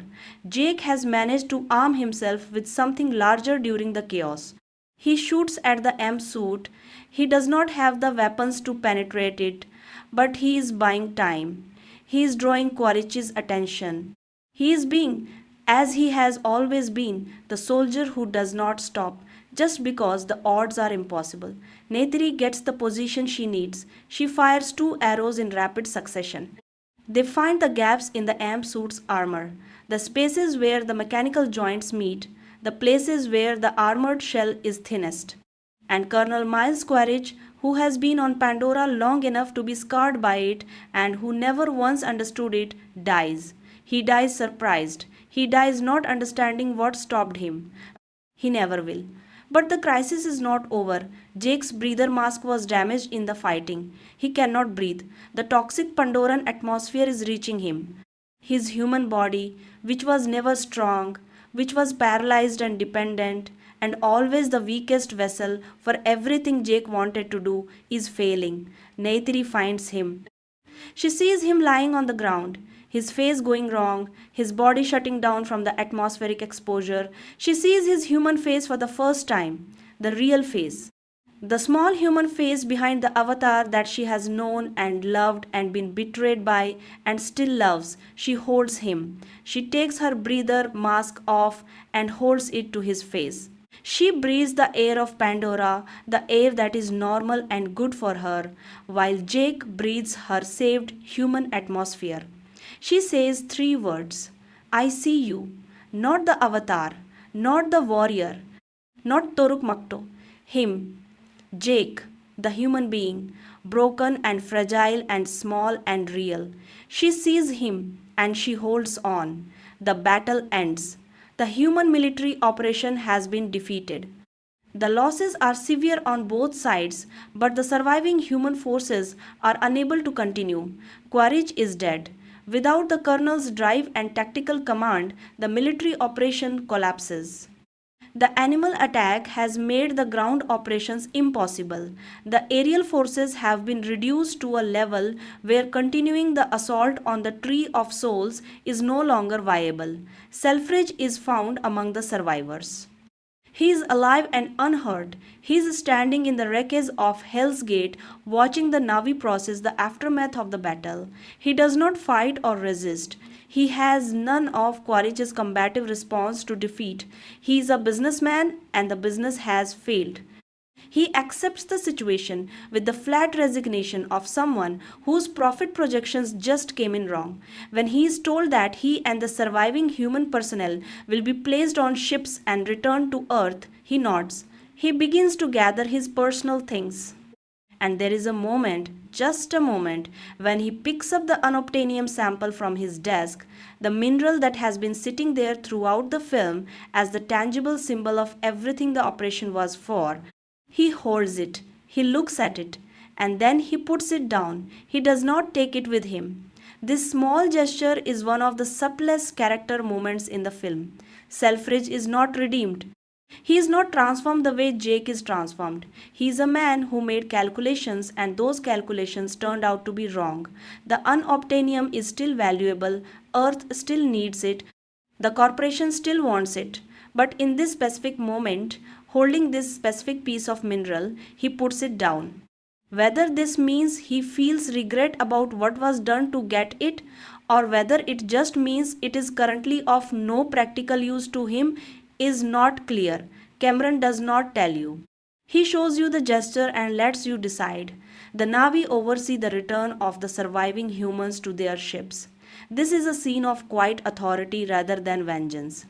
The Na'vi are not interested in killing the humans who are leaving. They are not interested in any of the rituals of victory that human warfare often involves. They want the humans gone.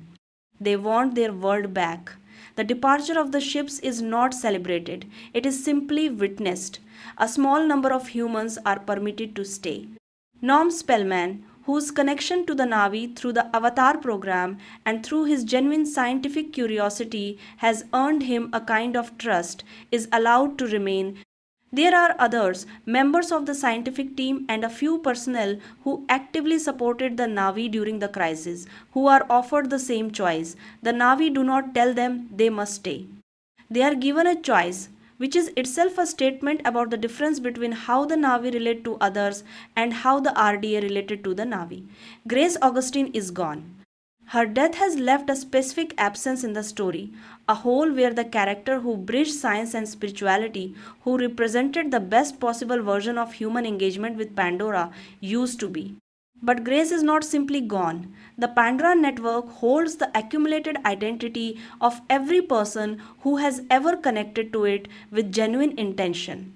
Grace connected to it deeply in her years of research. She is in there somewhere.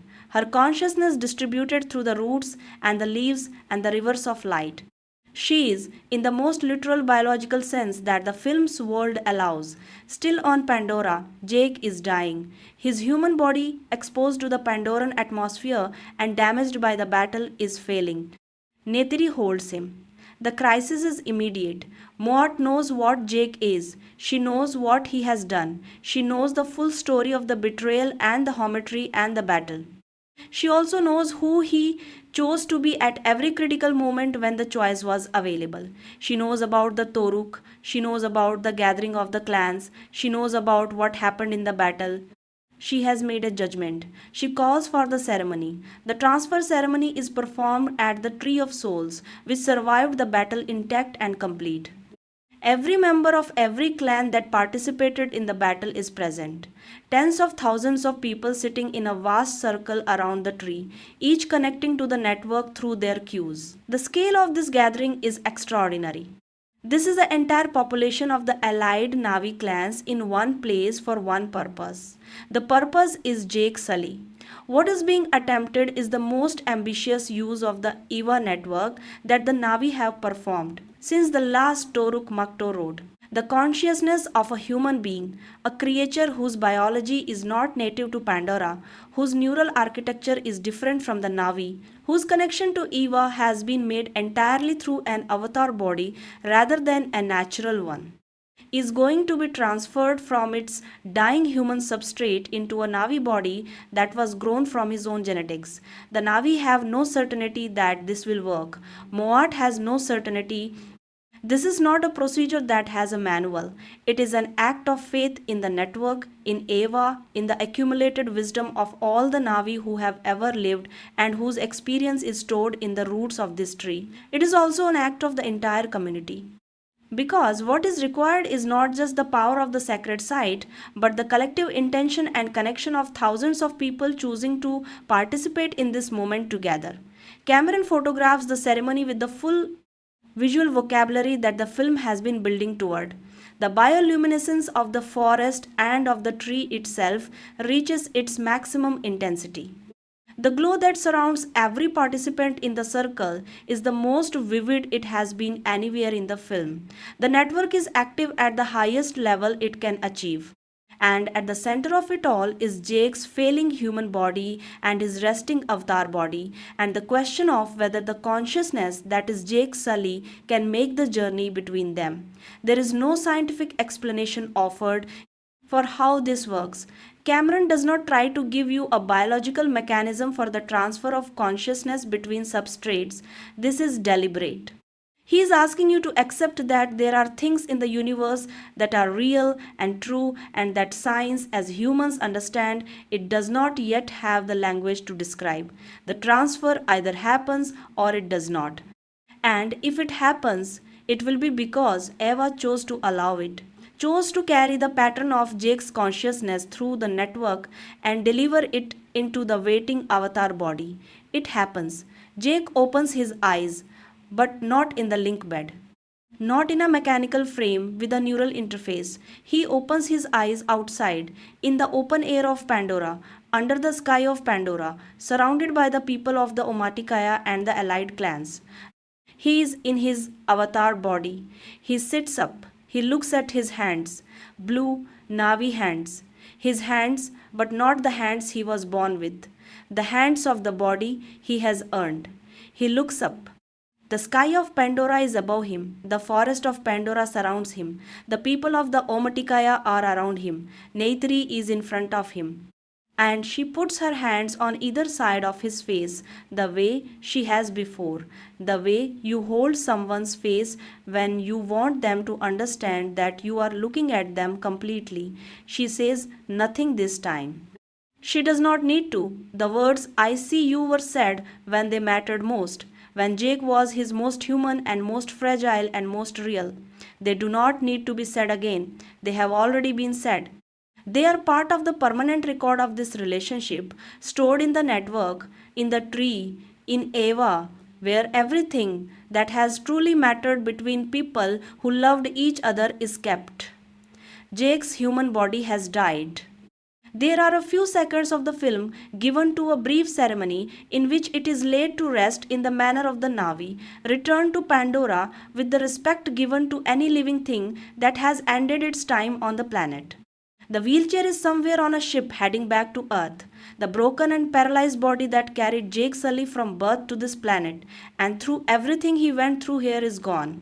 The film does not mourn it excessively. There is a gentleness in how it is treated, but the film is clear about what the human body represented for Jake.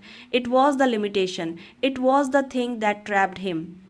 And its passing is not tragedy.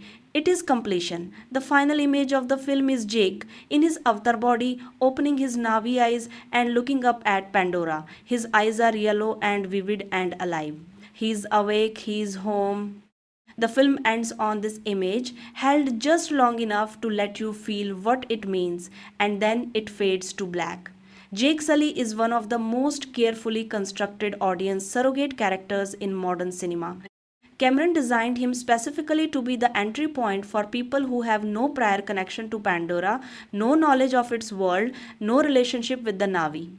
Jake arrives knowing nothing, asks the questions the audience wants to ask, experiences the wonder the audience wants to experience, and goes through the transformation that the film's themes require. This is a craft choice, not a limitation.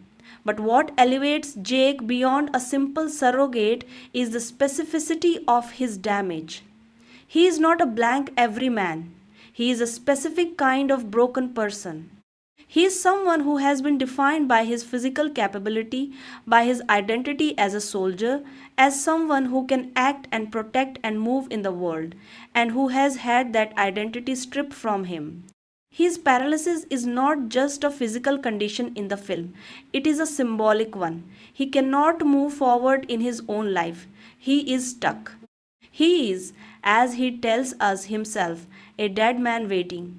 The avatar gives him something that no medical procedure could give him. Not just legs, an entirely new mode of being in the world.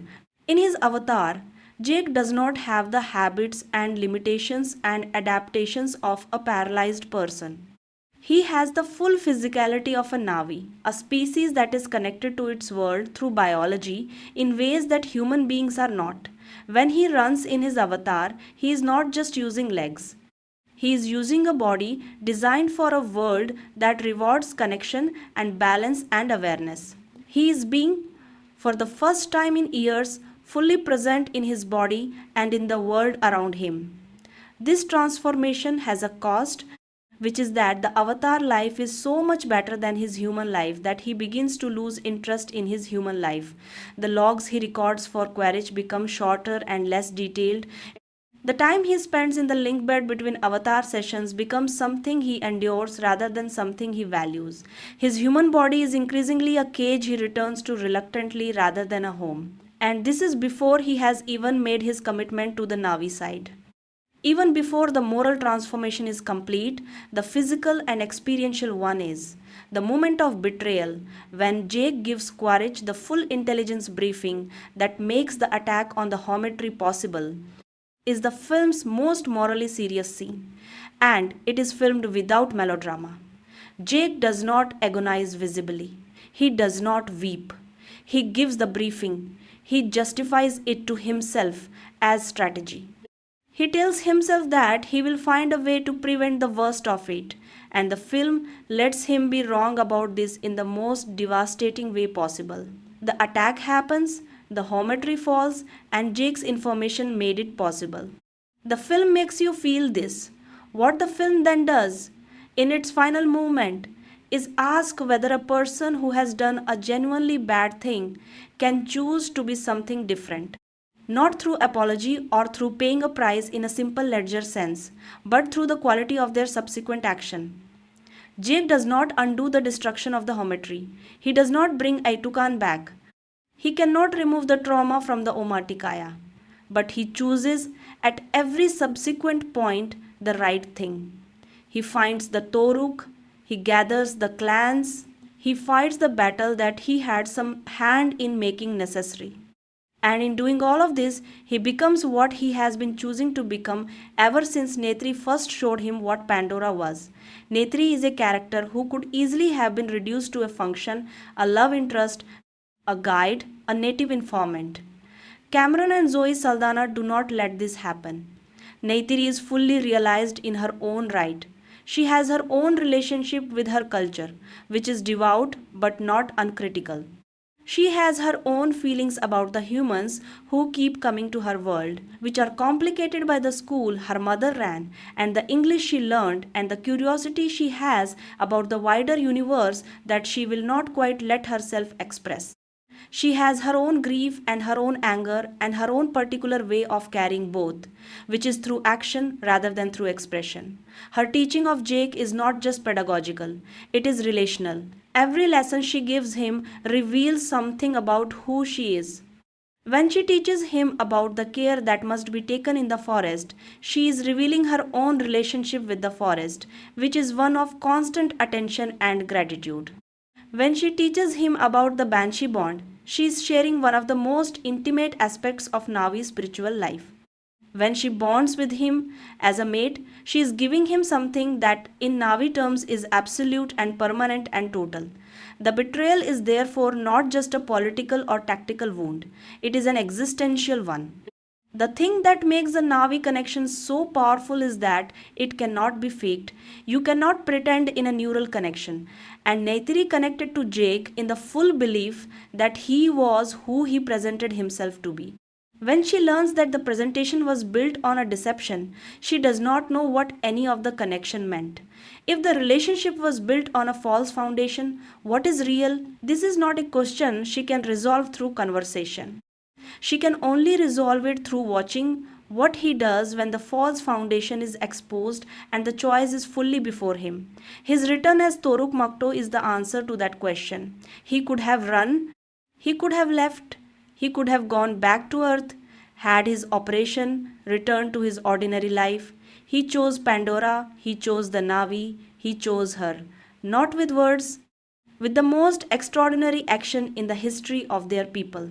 That is what she needed to see.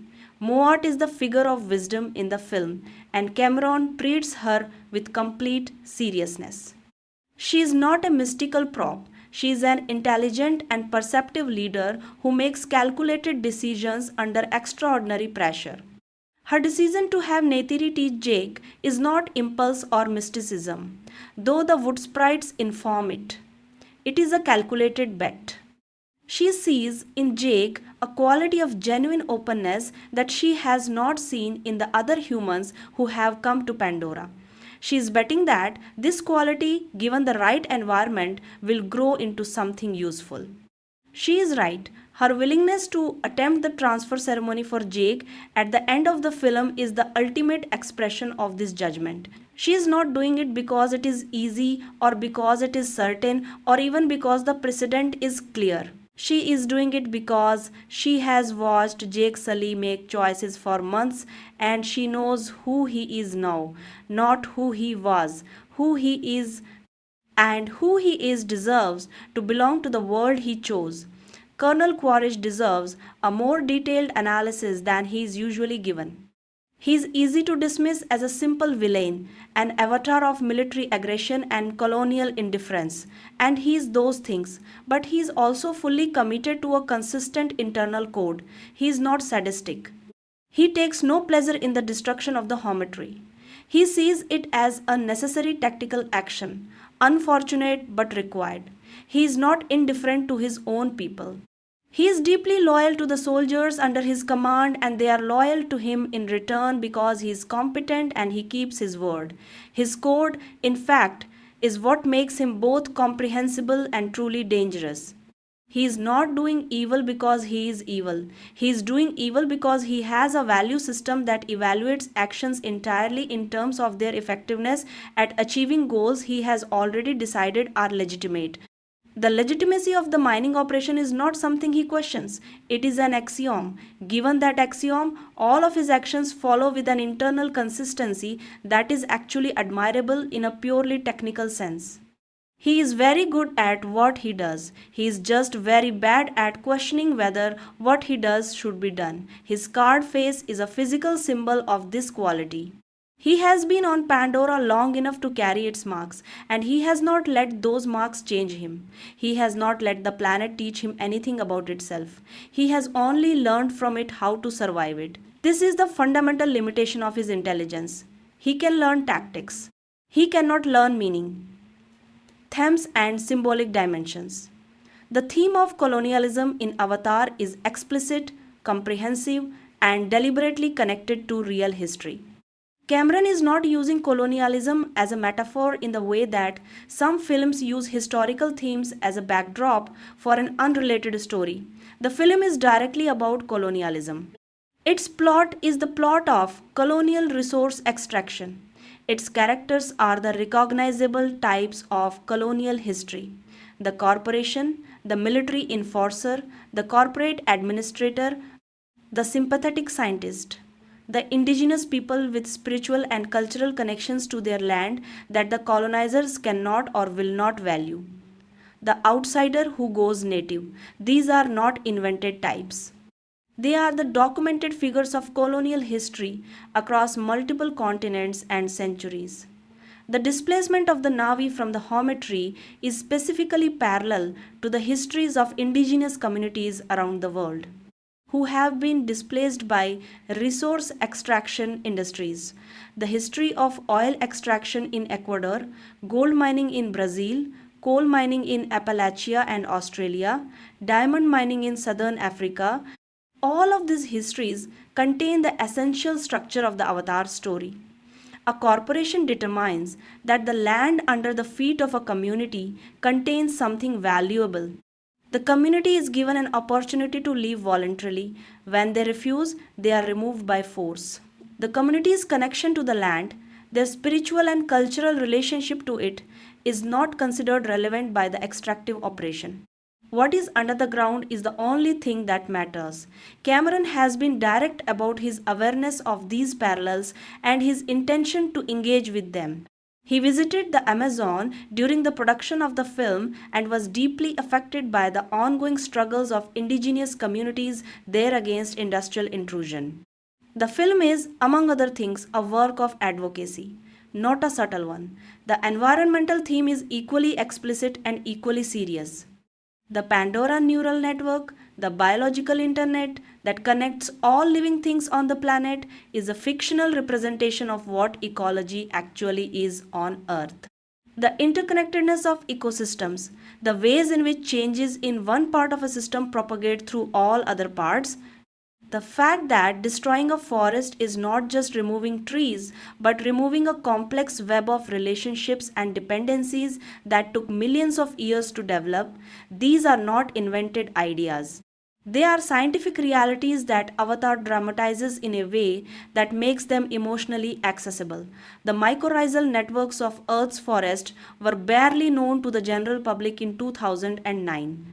The idea that trees communicate with each other through underground fungal connections, sharing nutrients and chemical signals in ways that resemble a nervous system, was cutting edge ecology when Cameron was developing the film.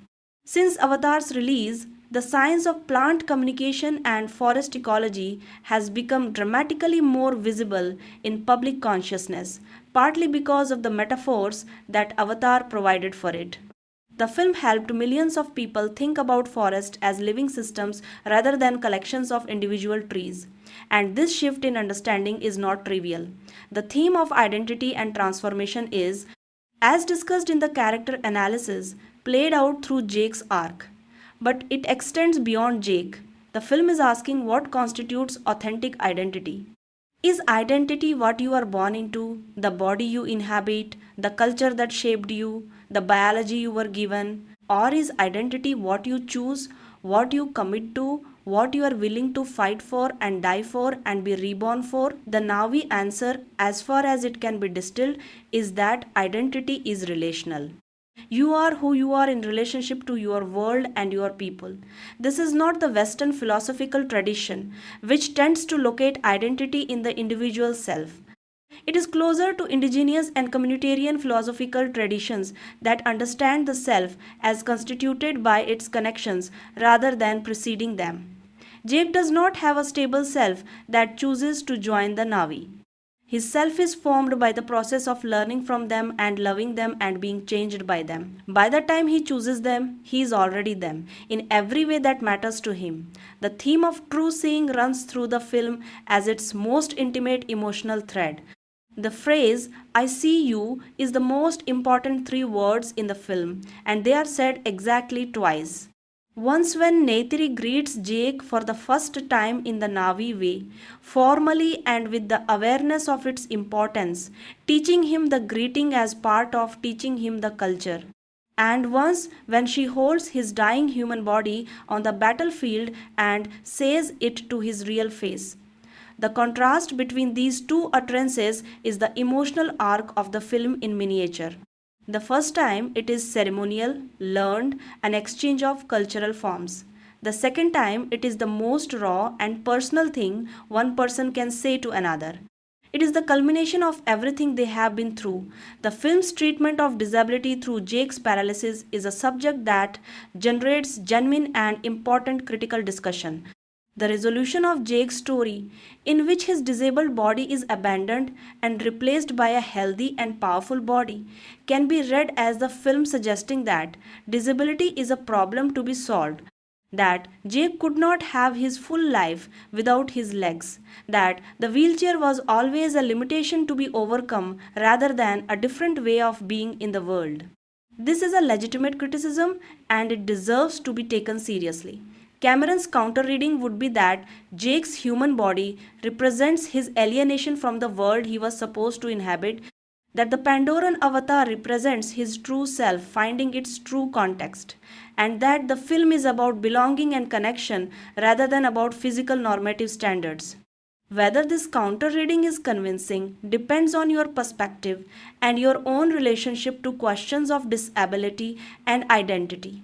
The filmmaking and technical achievement in detail James Cameron's direction of Avatar represents the most complete integration of physical and digital filmmaking that cinema had achieved by 2009. Understanding what Cameron actually did technically and why it matters creatively requires some explanation of what the challenges were. The fundamental problem of Avatar was performance. Cameron wanted characters who were not human, who looked completely alien, but who could carry genuine emotional performances. Previous attempts to create photoreal digital characters had failed because of the uncanny valley problem. Digital humans look almost right, but not quite right. Something is wrong with the eyes or the skin or the muscle movement, and the result is deeply uncomfortable. The closer you get to looking human, the more disturbing the imperfections become. Cameron's solution was to not try to make the Navi look human. They are alien. Their proportions are different, their facial structure is different, their skin is different. This gave the visual effects team room to work. They did not have to match human biology exactly. They had to create a consistent and believable alien biology. This is a different and more tractable problem, but the performance inside the Navi character still had to be human. Cameron cast real actors Zoe Saldana, Sam Worthington, Sigourney Weaver, Michelle Rodriguez, CCH Pounder, and others, and had them perform their roles in full as actors in a large empty space called a performance capture volume. They wore suits covered in tracking markers that recorded their body movement in 3 dimensions. But the real innovation was in the facial capture. Small cameras mounted on a headpiece worn by each actor captured their facial performance at extremely high resolution. These cameras were positioned to see the actor's face from multiple angles simultaneously. The data from these cameras was processed in real time and used to drive the facial animations of the corresponding digital character. This meant that every subtle expression, every micro movement of the eyes or lips or cheeks was captured and translated directly into the Navi character. The results are extraordinary. Neytiri, who is physically 100% digital, feels completely real as a performer. You are watching Zoe Saldana act. The technology is not imitating performance, it is translating it. Cameron has described this as the discovery of a new instrument for filmmaking, one that allows actors to perform characters that their own bodies could never inhabit while preserving every nuance of their performance. The virtual camera was equally important. Cameron and his cinematographer Mauro Fiore could look through a camera in the performance capture volume and see the digital world of Pandora surrounding the actors in real time on a monitor. When an actor walked across the empty volume floor, Cameron could see through his virtual camera a Navi walking through a bioluminescent forest. He could compose shots, adjust angles, follow action, all with the same instincts he would use on a physical set. He was not working from storyboards and delegating the visual decision making to animators. He was making those decisions himself in real time. As a director, this workflow is why Avatar looks like a film directed by a person rather than assembled by a committee of digital artists. Cameron's visual instinct, his understanding of how to frame a face or follow an action or hold a wide shot for the right amount of time, are present throughout the digital world of the film. The Navi sequences do not look like animation or like game cinematics. They look like live action film because in a very real sense they are live action film. The performances are live. The direction is live, the world is digital, but the filmmaking is not. The design of Pandora itself represents a monumental achievement of collective artistic imagination. Cameron worked with a team of designers, concept artists, and scientists to create a world that was visually extraordinary but also internally consistent. Every creature, every plant, every geological feature was designed with attention to the rules of the world. If there are six-legged land animals, what does that tell you about the evolutionary history of the planet? If the plants are bioluminescent, what biological mechanism makes that possible and what does it imply about how they function? If there are floating mountains, what geology could produce them and what ecological consequences would they have? Neville Page designed the creatures with a xenobiologist consistency. Every flying creature on Pandora has 4 wings because they evolved from a different ancestral branch than the six-limbed land animals. The Navi themselves are six-limbed in their evolutionary heritage, which is visible in the vestigial structure of their arms, which have an additional pair of small bones that are not expressed as full limbs but are present in the skeleton. These details are never mentioned in the film, they are there in the design documents. They inform the look of the creatures even when they are invisible to the casual viewer. This kind of world building consistency is what makes Pandora feel real. The bioluminescence design was informed by real marine biology. The deep ocean of Earth is full of bioluminescent organisms, and the patterns and colors and dynamics of that light were studied and adapted by the design team. The forest floor of Pandora responds to footsteps because the plants have pressure sensitive cells that trigger bioluminescent signals when compressed. This is not magic, it is plausible biology extended into a fictional ecosystem. The care with which these details were considered is what separates Pandora from lesser science fiction worlds that are visually impressive but feel hollow. James Horner's score has been discussed elsewhere in this script but deserves more detailed attention here. Horner died in a plane crash in 2015, and Avatar represents one of his final great collaborations with Cameron, a relationship that had produced some of the most acclaimed film scores of the preceding decades. For Avatar, Horner drew on his deep knowledge of choral and orchestral music while also working with ethnomusicologist Wanda Bryant to develop a musical language for the Na'vi that felt genuinely cultural rather than generically exotic. The Navi musical vocabulary uses instruments and voices that do not exist, including sounds generated specifically for the score using techniques that Horner and his collaborators developed. These sounds needed to feel alien enough to be clearly from a different world while also being emotionally comprehensible to a human audience. Music that is too alien is emotionally inaccessible. Music that is too familiar sounds like the composer ran out of ideas. Horner found the middle ground. Music that sounds like it comes from somewhere you have never been, but where you can still feel things you recognize. The design of Pandora draws from multiple real scientific and cultural sources. The most cited scientific inspiration is the Gaia hypothesis, developed by atmospheric scientist James Lovelock and evolutionary biologist Lynn Margulis in the 1970s. The Gaia hypothesis proposes that Earth's biosphere, including all living organisms and the atmosphere and oceans they interact with, functions as a single self-regulating system that actively maintains the conditions necessary for life. This is not a mystical idea. It is a scientific hypothesis about how large-scale ecological systems function. Avatar takes this hypothesis and makes it literal. Pandora is a world where the Gaia-like integration of the biosphere is physically visible and measurable. The mycorrhizal networks, as mentioned earlier, were a more specific and recent scientific inspiration. The work of ecologist Suzanne Simard on how trees in a forest share nutrients and chemical signals through underground fungal networks was published in the late 1990s and had received some scientific attention but little public awareness by 2009. Cameron was aware of this research and it directly informed the design of the EVA network. The bioluminescent wood sprite seeds that float through the forest are a fictionalized version of the spores that mycorrhizal fungi produce to spread their networks. The floating mountains of Pandora draw from multiple sources. Geologically, there is no Earth equivalent for floating rock formations, but the visual inspiration comes from the Yellow Mountains of China, particularly the mountain of Tianmen in Hunan province, whose steep karst formations and cloud-shrouded peaks inspired much of the visual language of the Hallelujah Mountains. Cameron's team visited China and studied these landscapes extensively during the design phase. The Na'vi language is a genuine constructed language.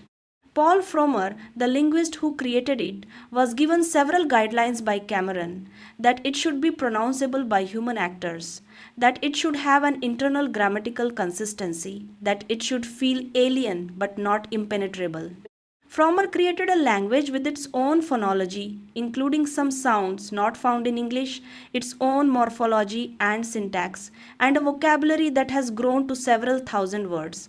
The Navi language community that has grown up around the film is one of the most active constructed language communities in the world, comparable in some ways to the communities around Tolkien's Elvish languages or the Klingon language from Star Trek. The political and historical inspirations for the colonialism storyline are broad and deliberately not tied to any single specific historical event.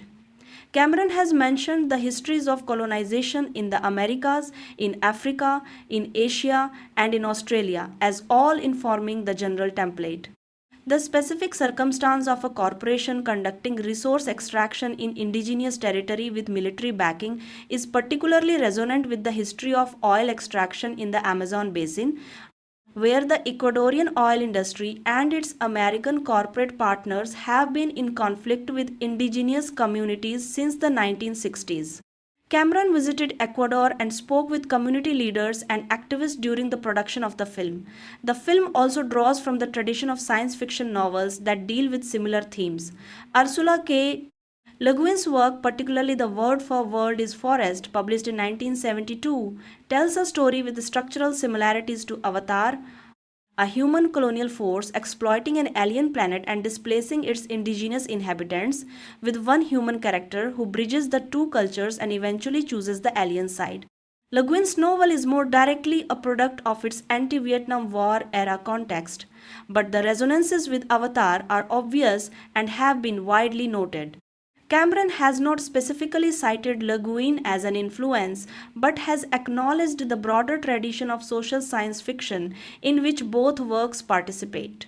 Critical reception in full detail when Avatar was released in December 2009. The critical response was immediate, enormous, and divided in specific and interesting ways. The reviews that were strongly positive tended to focus on the experience of the film, the world of Pandora, the technical achievement, and Cameron's direction. Critics who gave it their highest ratings often noted that the film achieved something rare in blockbuster cinema, which was to create genuine wonder. The experience of watching it in the best theatrical presentations was frequently described as transformative. Roger Ebert, one of the most respected film critics of his era, gave the film a 4-star review and wrote that Cameron had pushed the technical limits of cinema in a way that would define the medium going forward. He acknowledged the familiar story structure but argued that the story was sufficient for what the film was trying to do and that the world building was the real achievement. The reviews that were mixed or negative tended to focus on the screenplay. The criticism that the story was predictable, that the characters were types rather than individuals, that the white savior narrative was problematic, were widespread and often articulated with genuine critical precision. Critics who approached Avatar primarily as a narrative work found it wanting. The argument was made in multiple reviews that the visual spectacle was functioning as a substitute for storytelling depth, that you could be dazzled without being challenged. This criticism has some merit and it is worth engaging with honestly rather than dismissing. The white savior critique is the one that has had the most sustained life in subsequent years and it deserves a careful treatment. The white savior narrative is a specific story pattern in which a white protagonist arrives in the context of a non-white or indigenous community, learns about their culture, and ultimately becomes the key figure in saving them. The problem with this pattern is that it centers the colonizing culture even in a story ostensibly about resisting colonial power. It suggests that the indigenous community requires outside leadership to be effective. It denies narrative agency to the very people whose cause the story is supposedly championing. Avatar fits this pattern to a significant degree. Jake Sully is not just an ally to the Navi. He becomes Toruk Makto, the figure from their own mythology, the one who unites the clans, the one who leads the final battle. He is not supporting the Navi resistance, he is leading it, and this is a choice that Cameron made with full awareness of its implications, but apparently without fully reckoning with the message it sends. The counter arguments have merit too. Jake is the audience's entry point. If he is not central to the resolution, the film loses the emotional through line that makes the ending land.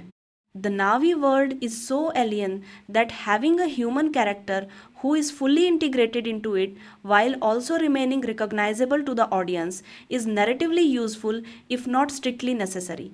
And the film does give significant agency and importance to Neytiri, to Moat, to Etukan, who make all the key decisions about the Navi response to the crisis. Jake's role is more that of a catalyst and a symbolic figure than a primary decision maker in most of the crucial moments. None of this fully resolves the critique.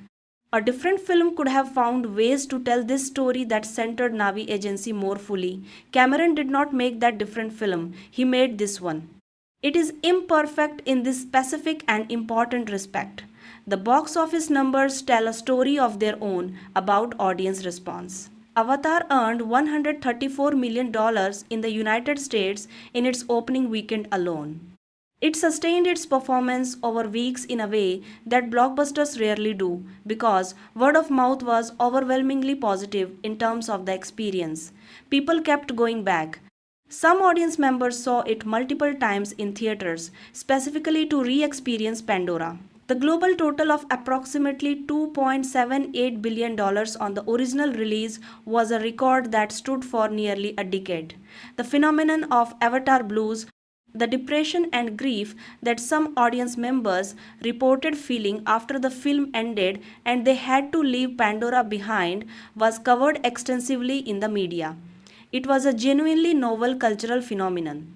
Films had made audiences sad about characters dying before, but Avatar was making audiences sad about a fictional world, about the fact that the world they had just visited did not actually exist.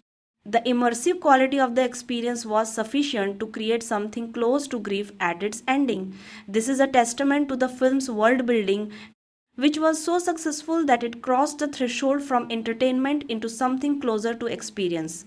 The Academy Awards recognized the film in its technical categories, with wins for Best Cinematography, Best Art Direction, and Best Visual Effects.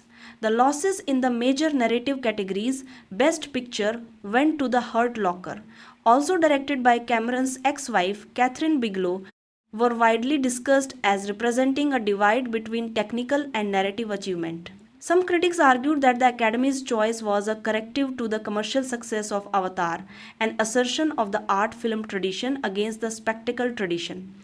Others argued that The Hurt Locker was simply the better film in narrative terms.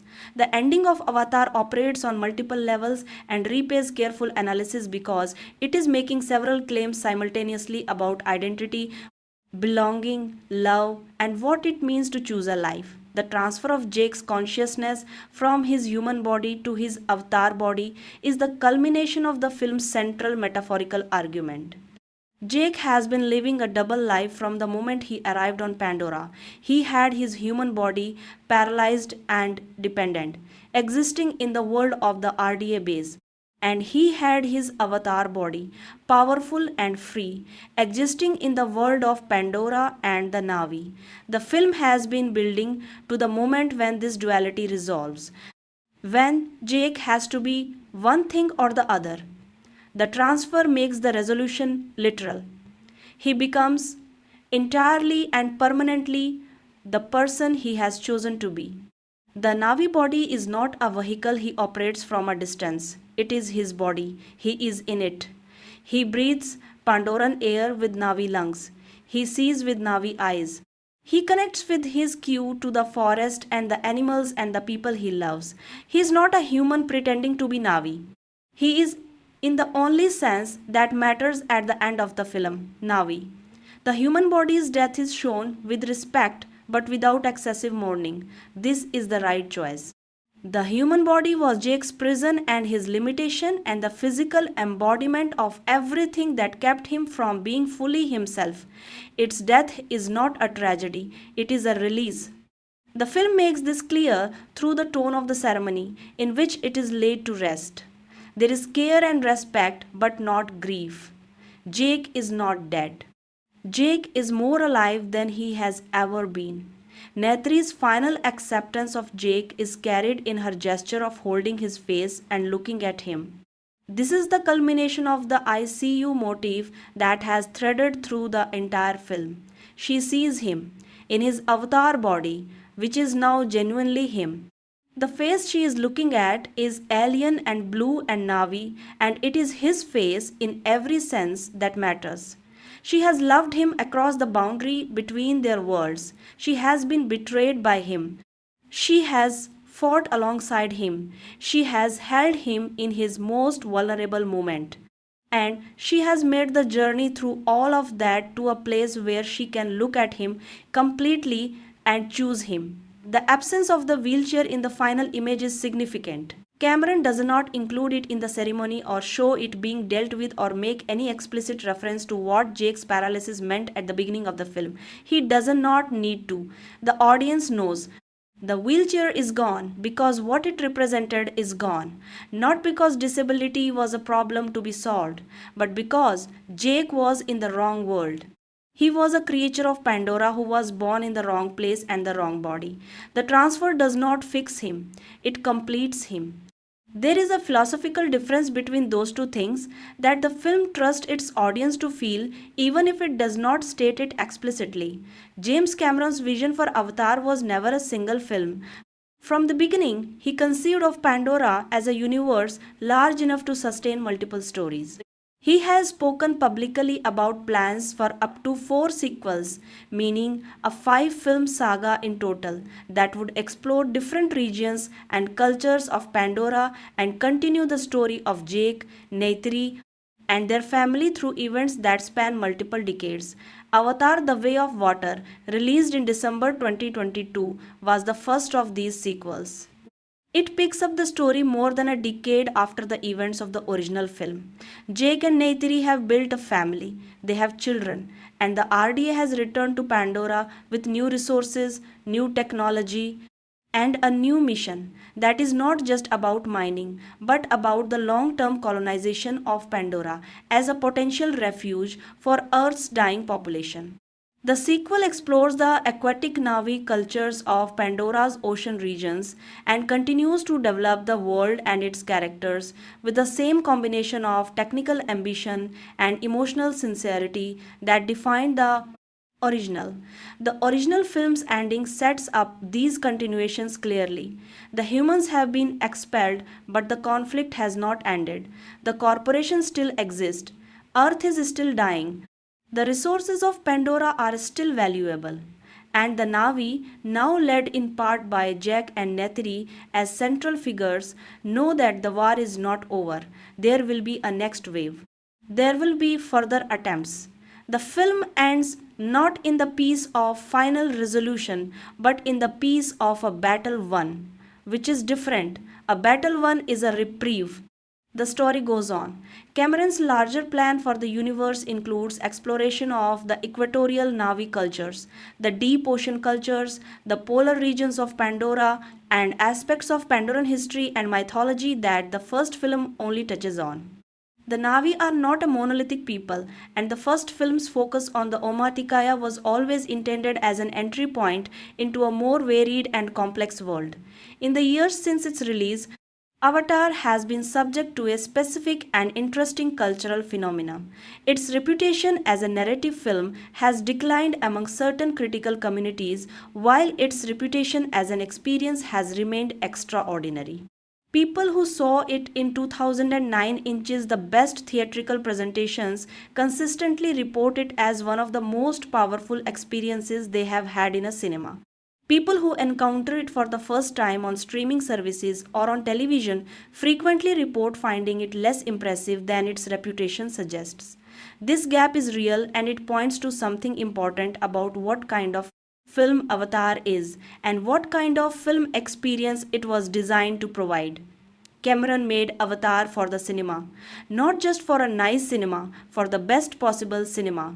For the IMAX 3D presentations that were being developed specifically for this film and its generation of blockbuster spectacle. The film's design, its aspect ratio, its sound design, its use of 3D depth, its pacing, all of it was calibrated for the experience of being in an extremely large theater with extremely good sound and an extremely large screen. In that context, the story elements that feel thin on a laptop screen become less relevant. When you are inside Pandora, when the forest is around you and the floating mountains are overhead and the scale of everything is filling your field of vision completely, the familiar story beats land differently. The betrayal hurts more. The fall of the Hometree destroys you. The final battle has weight and consequence. The ending is a genuine catharsis. The story is not thin. It is precisely calibrated for an immersive experience that makes its simplicity a feature rather than a bug. The themes of Avatar have not dated. If anything, they have become more urgent. The climate crisis has deepened significantly since 2009. The conflicts between indigenous communities and extractive industries have continued and in some regions intensified. The philosophical questions about human relationship with the natural world, about whether we are part of ecosystems or separate from and superior to them, have become more pressing with each passing year. Avatar's answer to these questions is not subtle and it is not complex, but it is right. And a film can be right in a simple way and still be important. The world of Pandora endures in the imagination because it represents something that many people feel they have lost or never had. A world that is fully alive, a world that responds to you, a world where connection is biological and inescapable and real. A world where the question of how to live is answered by the land itself rather than by economic and social systems designed to maximize extraction. This is not a realistic vision of what could be achieved on Earth, but it is a vivid articulation of what is missing, and that articulation has value. Conclusion: Avatar is a film that arrived at the exact intersection of technological possibility and cultural necessity. It was made by a director who had waited 15 years for the tools to make it properly, who spent 4 years building a world that did not exist, and who told a story that humanity has been telling in various forms for thousands of years with the most advanced filmmaking technology that had ever been assembled. Its weaknesses are real. The story is familiar. The characters, with some exceptions, are types rather than fully rounded individuals. The white savior narrative is a genuine problem that the film never fully reckons with. These are legitimate criticisms from thoughtful people and they deserve to be part of any honest assessment of the film. Its strengths are also real and they are enormous. The world of Pandora is one of the greatest achievements in the history of set design and visual world building. The performance capture work, particularly Zoe Saldana's Neytiri, represents a genuine leap forward in what cinema can do with digital characters. James Cameron's direction is confident, patient, emotionally intelligent, and technically masterful. The film asks serious questions about colonialism, environmental destruction, and human identity and asks them in a form accessible to the widest possible audience without sacrificing the seriousness of the questions. And it created an experience in theaters that for millions of people was unlike anything they had felt in a cinema before. By the standard that ultimately defines the value of a film, by whether it changes the people who see it in any small way, by whether it leaves them thinking about something differently or feeling something they had not expected to feel, Avatar succeeds.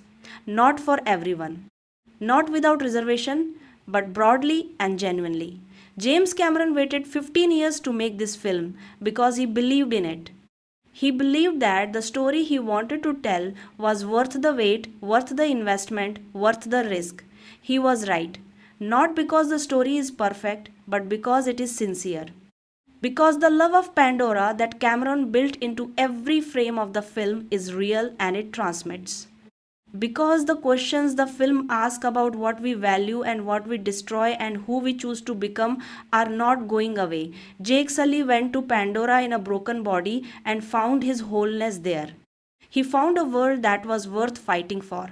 He found a person worth betraying everything for and then worth spending everything to earn back. He found a home, not the home he was born into, the home he chose. That is a very old story. It is the story of every human being who has ever left the place they came from and found the place they were meant to be. Cameron tells it on the grandest possible canvas, with the most advanced tools cinema has ever deployed. on a world that glows and breathes and speaks to those who are willing to listen. And somewhere in the roots of the Hometree, in the neural network that connects every living thing on Pandora, in the consciousness of Eva, who holds the memory of everyone who has ever truly lived on that world, Jake Sully is still flying.